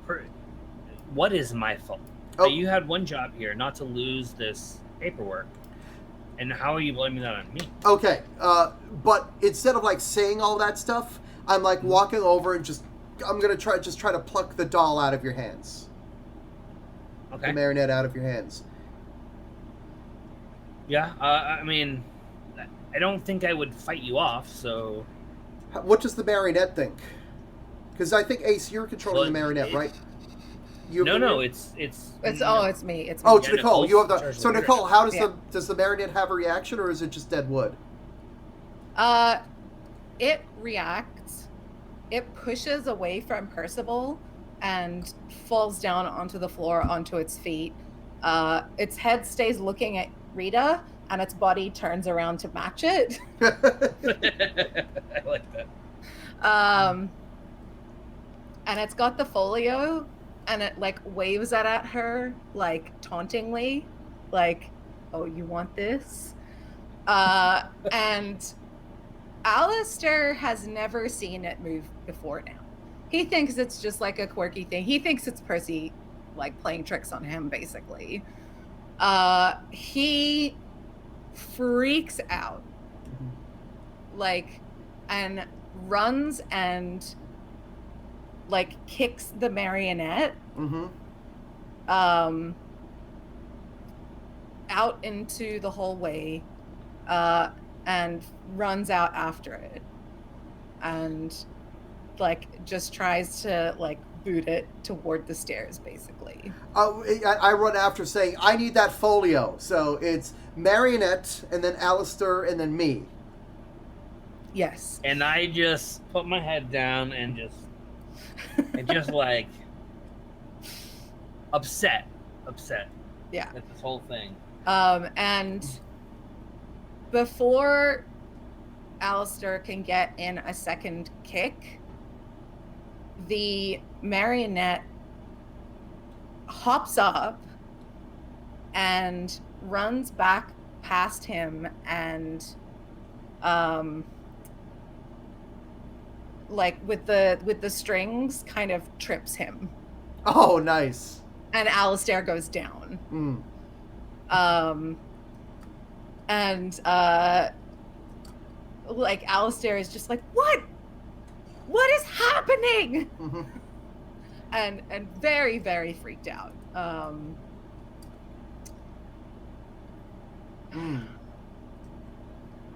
All right. Well, how is Rita reacting to this? Rita's runs afterwards. I think Rita trips over Alistair and falls, and the folio is just in front of her, and the marionette like scoops it up and runs away. Well, if I may, I don't control the marionette right now. No. Like, clonk, I clonk. like that. Yeah. That makes sense. Can we say that you've like fallen and bumped your head or something? Oh yeah, sure, yes.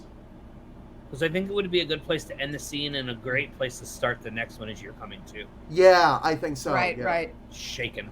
Because I don't think we've actually answered the question here, but I think this is a good setup for another scene where, like, now we're prepared to accept what's going on. Because before we were just in the, oh, that's weird mode, and now the marionette has kind of revealed itself. Yes. Okay. And, I mean, obliquely, it has, like, my past, as far as my family connections have affected my present by the marionette like coming back at me, so I mean I can further be a target for it as well. Yeah, so I think we should spend the next scene like unpacking that and talking a little bit about that, if you don't mind. Okay, so we're not going to flip any cards, but Ace will take the next scene, and I think that scene was super important because we needed like the cards to go on the table, so to speak. Yeah, we needed the trigger to happen. Yeah. Well, Gil, I just Gil, let me ask this. Sorry, go ahead, Nicole. Yeah, I gotta have the creepy marionette action. Yeah.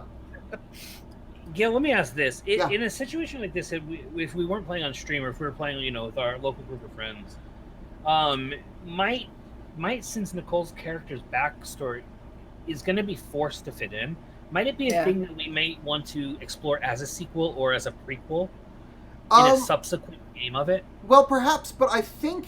First off, it doesn't have to be Nicole's character. It could be any of our characters. Yeah. Right.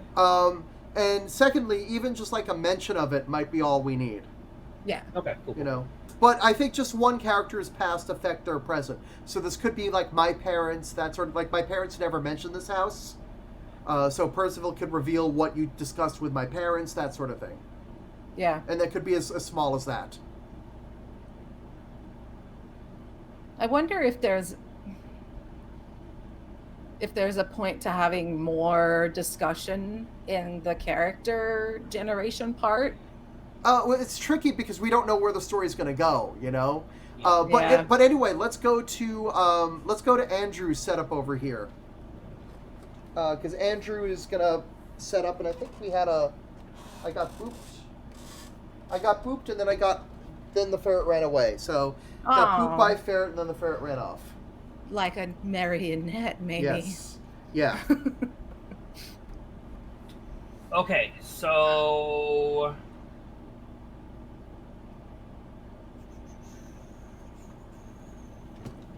Oh. Okay, you know what? Check this out. I'm gonna play this a little weird, but that kind of fits the story. Absolutely, yeah. So I want you to be coming to maybe sitting on, sort of laying on a rich person couch where you lay down in the tea room. The chaise lounge? Yeah, chaise lounge. And you see on the table is the marionette in pieces. Seemingly the strings have broken. Mm-hmm. Oh. And I have strands of your hair that I am restringing it. Whoa! Okay, excellent. I love it. Trixie loves it too. And my demeanor towards you, Rita, has gotten much more pleasant, almost as if you had made a sacrifice to the house. Right? You've. Ooh, I like it. I'm just kind of pacing back and forth.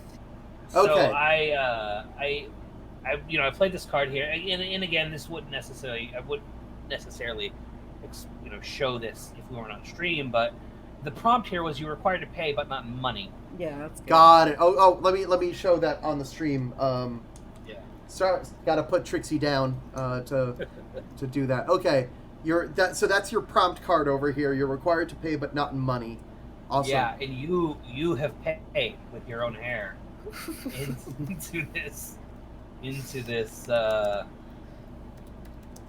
into the marionette as I rebuild it. And so yeah, I'm restringing as we start the scene as you're coming to. I'm restringing the marionette with your hair, or what looks to be your hair. All right, I wake up.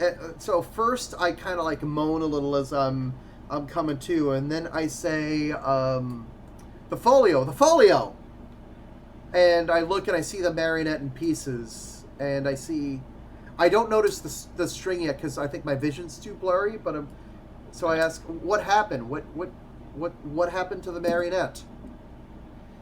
You guys. I mean, Alistair kicked it out of the room. You guys were talking about how you saw it move. You kicked it out of the room and then you tripped over it, broke it into pieces. The folio was right there in the foyer the whole time. I don't know what you guys were talking about. Well, obviously, we're talking about the fact that it moved on its own, Percy. I mean, it did move on its own after you kicked it. Okay, I kicked it and I saw it get up and it tripped me and I went down.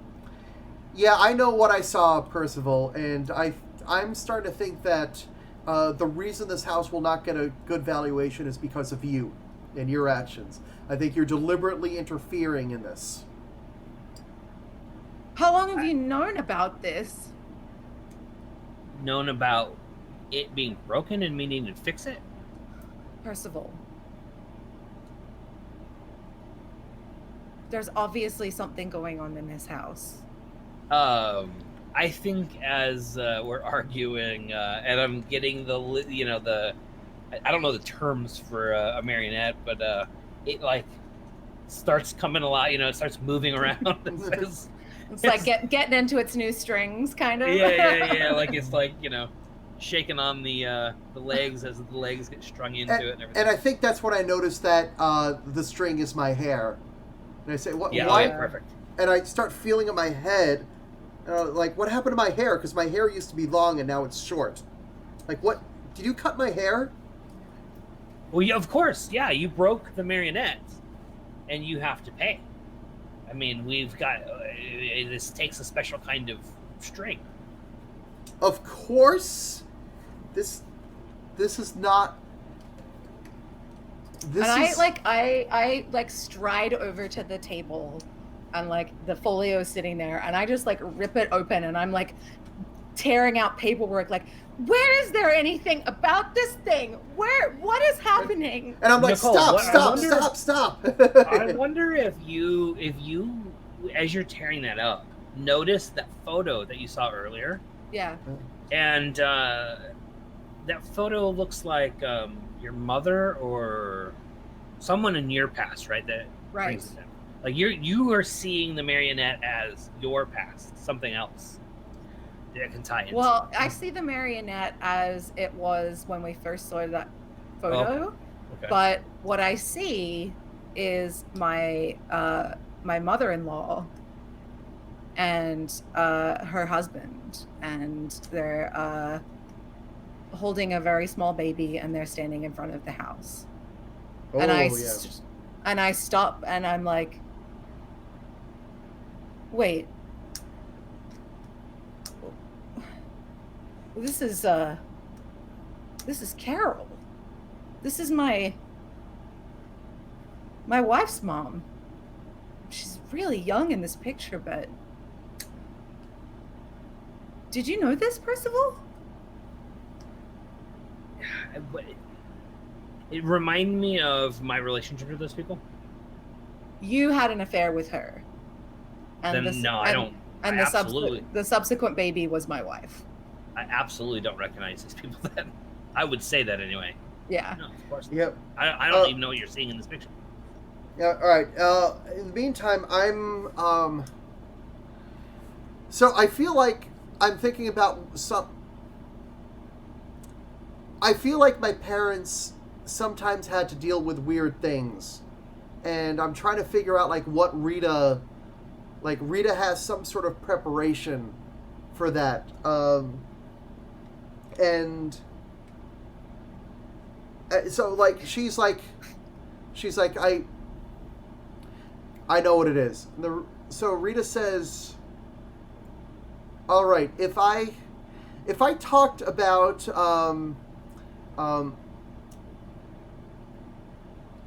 I'm trying to put this together in my head. If I talked about like a nursery rhyme, let's say a Jack in a Box on a couch.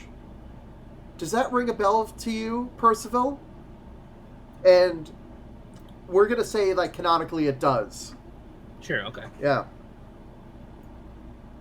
Remember, my demeanor towards you has changed now. Like Yeah. I'm happy. Yeah. Oddly. You're oddly pleasant, satisfied. So the Jack in the Box on a couch. My parents would tell me a nursery rhyme about a Jack in the Box on a couch. Have you ever heard that before, Percival? Yeah, of course. I may even sing a little song. And I say, that's right. Okay. So my parents did prepare me for this moment. Even though I never thought they did. My parents never told me about this house specifically. But they still tried to prep me for it. Okay. So we have a house that doesn't want to be appraised. Can we say that the in the nursery rhyme, the names of Alistair's family are in that nursery rhyme somehow? Yep. So we recite the nursery rhyme, and Alistair just goes pale as a sheet. Right. Yeah. It's right. Because and I go pale as a sheet, and I drop the photo. I'm like, Carol, she would sing that to our baby. Yeah, like that. What happened to Carol and your baby? Carol's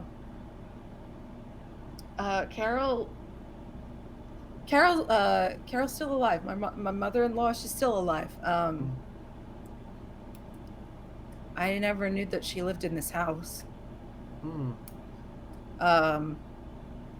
I'm like visibly shaken because, my history is that I just found this job and got away from like where I lived. Yep.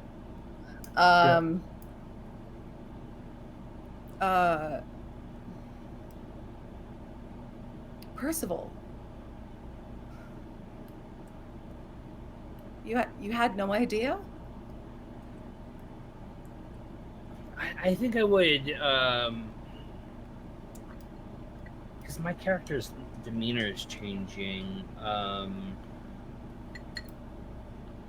And this is your mother-in-law, right? Yeah. Your mother-in-law had the affair with me. Yeah. And my wife is your baby.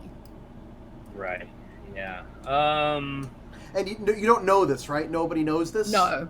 Okay. Well, Percival does. Percival knows like, he would know that they had the baby, and like that's why the family had to leave the house, etc., etc. Yeah. I'm wondering out of character here if maybe the mother-in-law is here. Oh. I don't have enough time to really delve into that, but you've never been into the upstairs quarters where I stay. That's in the nursery rhyme. That's in the nursery rhyme. Yeah. You know. Yeah, I like it. Okay, so I realize, that's the end of the nursery rhyme. We have to go upstairs. If we're going to get perfect. any peace, we have to go upstairs. Right. Right. Awesome. I didn't think that there were keys for those rooms. Oh, that's because they're my quarters. I'll show you guys something. Okay. It's time. It's time that you learn, or something Yeah. like that. And I say, I grumble something about, well, you should have shown me this room in the first place. Okay, this might be a good point to close the scene. Yeah. Yeah. I think we have answered both those questions. Yeah. I mean, we can definitely this one. Maybe this is still, I don't know. Let's. I mean, technically, we when we started. So last scene, Ace, you wanted to answer this question for this particular scene, right? Yeah. Okay, so we'll flip this one. I think yeah. And Yeah, we so, still have. so you got my respect, but it wasn't how you thought. Like, Yes. I didn't need you to appraise the house. I needed part of you for the house. Yeah. Okay, so I think I'm gonna go for this question now. Over here, how have the characters' relationship with their setting changed from the start of the story? Yeah, and I think that's what I want. Yeah. A So- lot has tumbled out. Yeah. So now we know from the nursery rhyme that we need to go upstairs, and Percival opens up and unlocks the door for the quarters. And what do we see? I think you see your mother-in-law. I don't know if she'd be laying down or in a rocking chair. I think in a rocking chair is good. Yeah. Hold on. This is perfect. She's in a rocking chair with her back to us. Oh, and she's yes. playing with a marionette. Oh, yes. She's playing with She's a singing. marionette. She's singing the nursery rhyme to it. Oh, Of I love course. it. I love it. Of course she is. I'm going to draw two Or cards at least you just see in an old case. woman. Look, Yeah. Okay, I'm drawing... Oh, sorry, I drew the wrong cards. Those are not the droids I'm looking for. I didn't want to draw Oh, these you know, cards. I think I put mine in the wrong ones too. I got it. I don't like either of these for this particular case. Okay, I So think this is our last scene, right? No, this is our second to last scene. We still have one scene after this. Because we answered 3 questions. We've answered 1 question this act. We need to answer 2 more. I mean, we kind of did answer how the character's past affects. A little bit. I mean, if we want to do that, make this the last scene, we can. Yeah. I mean, I think this will be an intermediary scene. Yeah. I agree. And then we might finish up with this one. Okay. All right. So. Or this one. Either way. Okay. So I go upstairs and I have the folio again, but at this time, so there's the mother-in-law in the rocking chair, and I turn around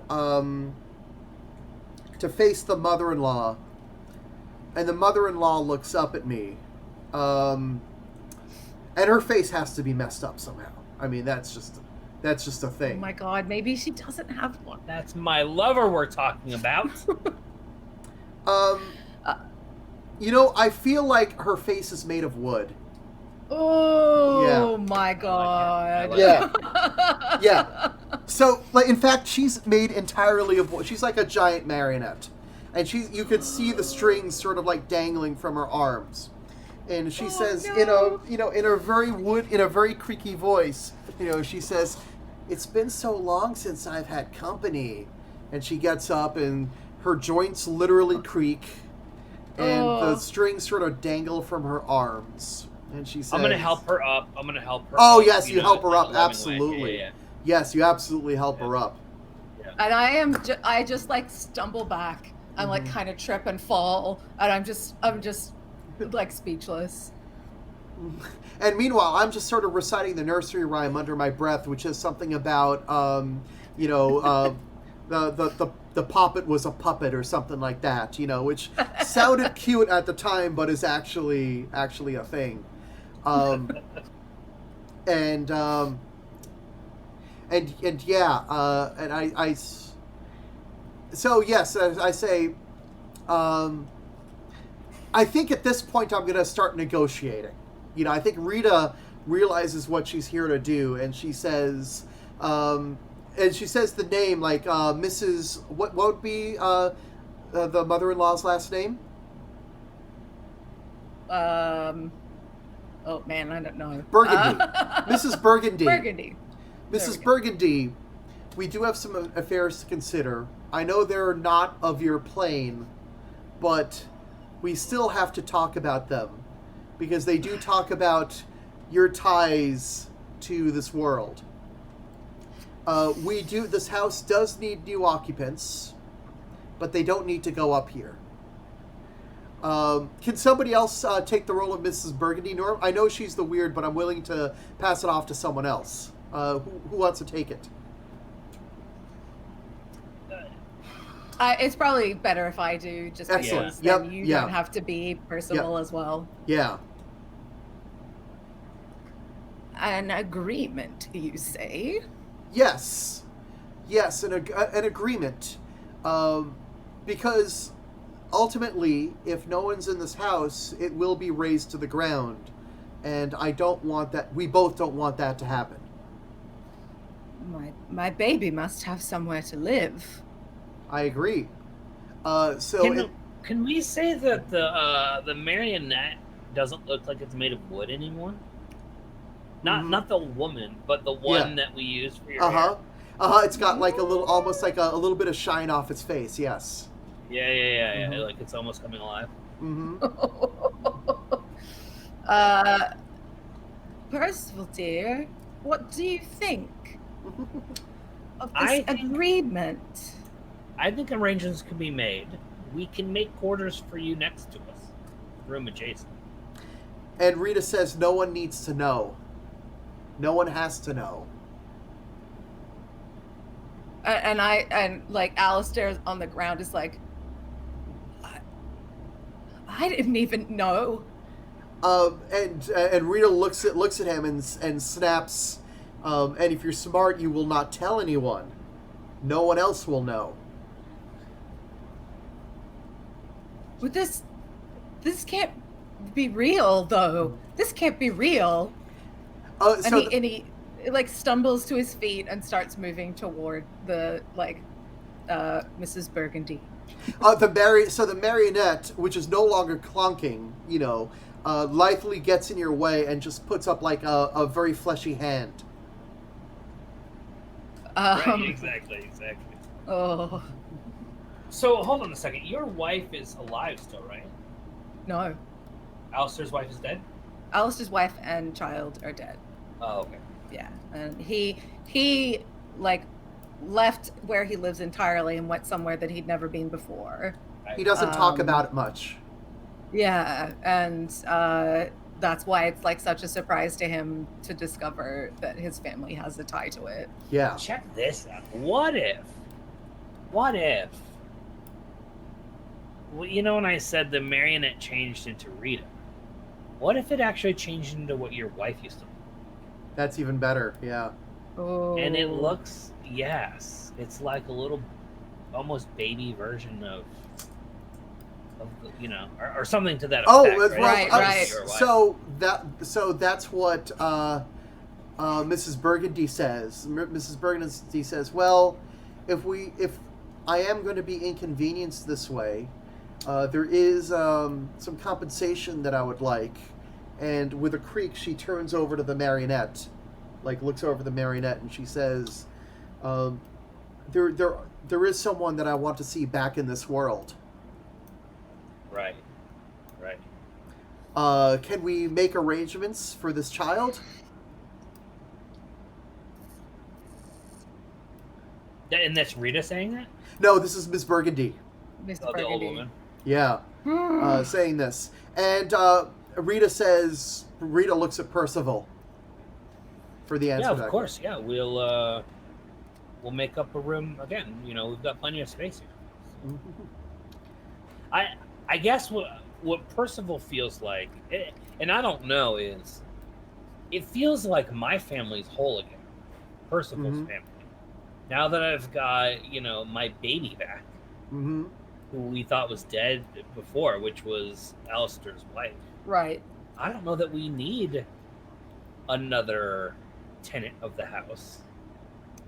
Well, there needs to be somebody to. There needs to be someone who owns the house. I see. And maybe that Percival actually suggests that. It says Percival says, "Fine, it's all settled," and Rita says, "No, we do need the house. Does need an owner. Is there someone?" I think we don't need a new owner. I don't think we ever needed a new owner, a new tenant. I think what we needed was you to bring our child back. We brought you under false pretenses. Well, but from my perspective, I know that the house needs an owner. Otherwise, it's going to get demolished. Like, that's where I'm coming from legally, because I still have a job to do. Right, but you're the person who basically has all of those records, right? Mm-hmm.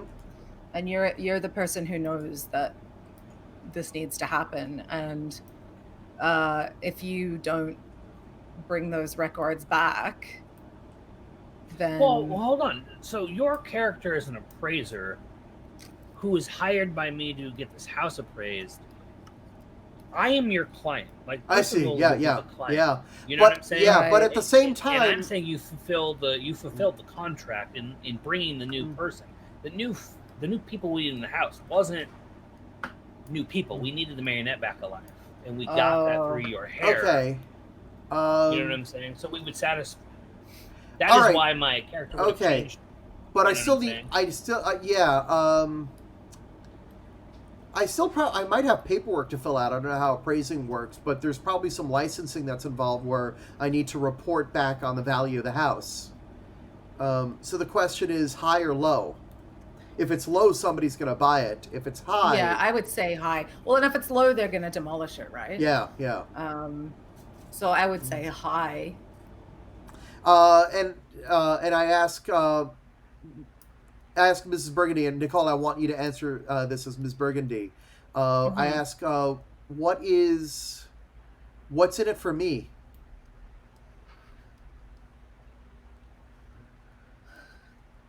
Oh my word, dear! You get to leave. That's an excellent answer. I love it. Okay, yeah, it's the opposite of what I would have said. No, that's really good.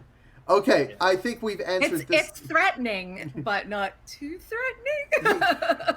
There was a Doctor Who episode, an episode of Classic Who, where like there's this super powerful entity who enlists the Doctor for this multi-episode series of things, and the Doctor's like, "What happens if I don't do this?" And the entity's like, "Nothing."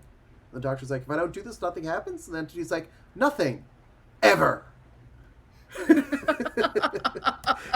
I mean, we could sort of answer this easily in the paperwork. If you had been smart enough to read it, probably could have had, we needed this child back alive, and the house would be left to the child or to the Rita read it. Rita's super prepared. It's in character for Rita to read it all. Yeah.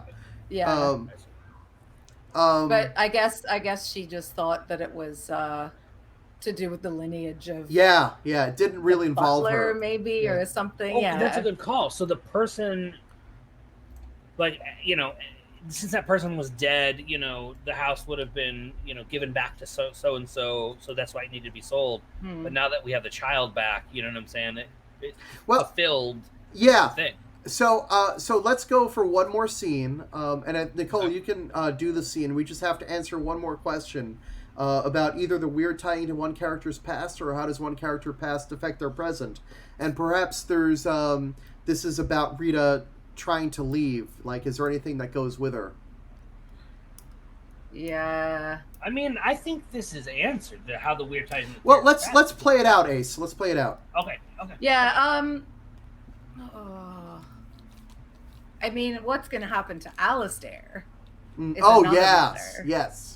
Yeah, I think that's a good question to ask. How does Alistair feel about his wife being a little child now? He's like freaking out. Mm-hmm. Like he's catatonic. Yeah. So, I mean, I would Okay. say this Mm-hmm. because it kind of can have aspects of this in it. Yep. Okay. Cool. All right. So frame the final scene. Okay, so what would we say? Would we say the weird is somehow kind of become disembodied from the marionette? Now it's real. Oh yeah, yeah, yeah. The weird doesn't need Okay. to stay with the weird can shift from one thing to another. Right. I think it's your wife, but as a child or something like that. Mm-hmm. I mean, it's a few things now. It's Mrs. Burgundy. It's the child. It's a few things. Yeah. Oh yeah, yeah. Yeah. The weird belongs here, Yeah. Mm-hmm. and I would say just based on Alistair's reaction, the weird is going to hone in on him Okay. because Rita obviously has served a purpose, Yep. can leave. Yep. If Alistair tries to leave, he's going to really mess everything up for Percival and Carol. Yep. So the weird needs to stop that. Got it. I think that Percival would try to convince you to just stay, and you know, like, So you how don't have to lose your wife, just let it grow up. So how are we gonna play out the scene? Like, how can we frame it in the context of a scene? Yeah.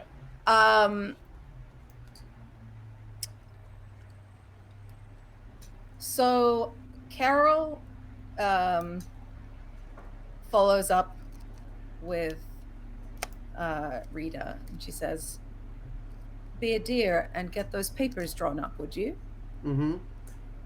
And gestures to a table on the other side of the room, and turns around to face Percival and Alistair and their disgusting marionette baby. So gross, you guys.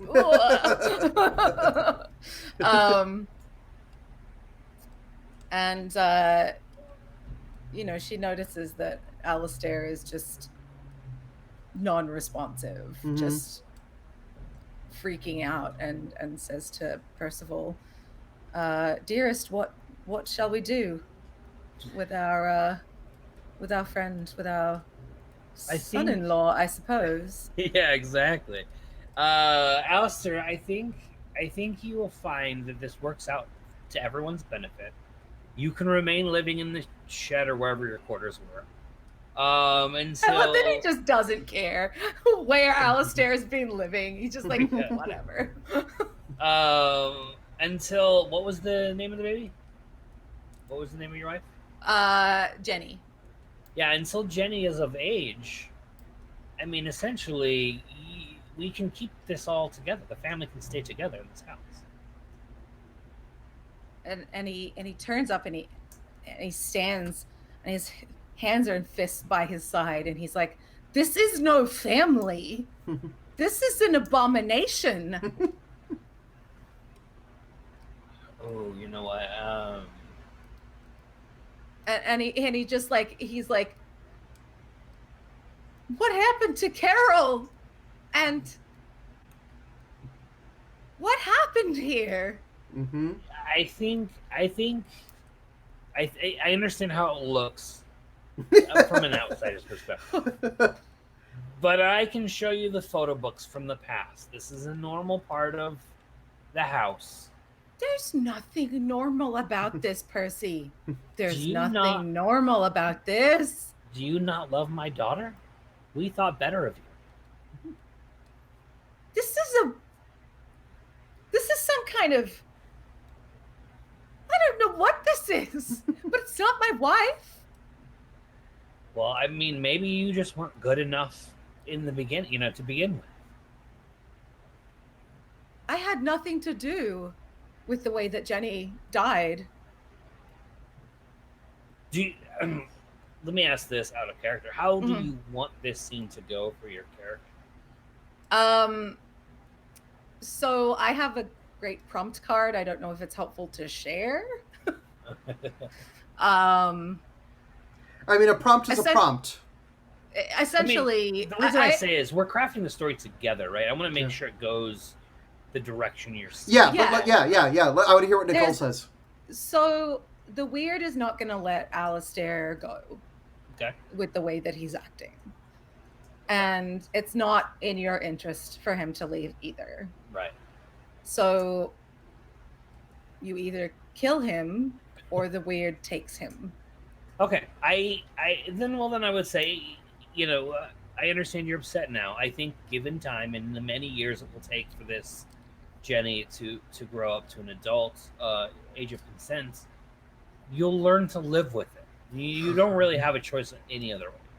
I can't. There's no way I can live with this. Like, there's no way I can live with this. I have to take Rita, and we have to go, and we have to make sure this house is torn down, and that I don't know what happens after that, but this can't be real. This can't be happening.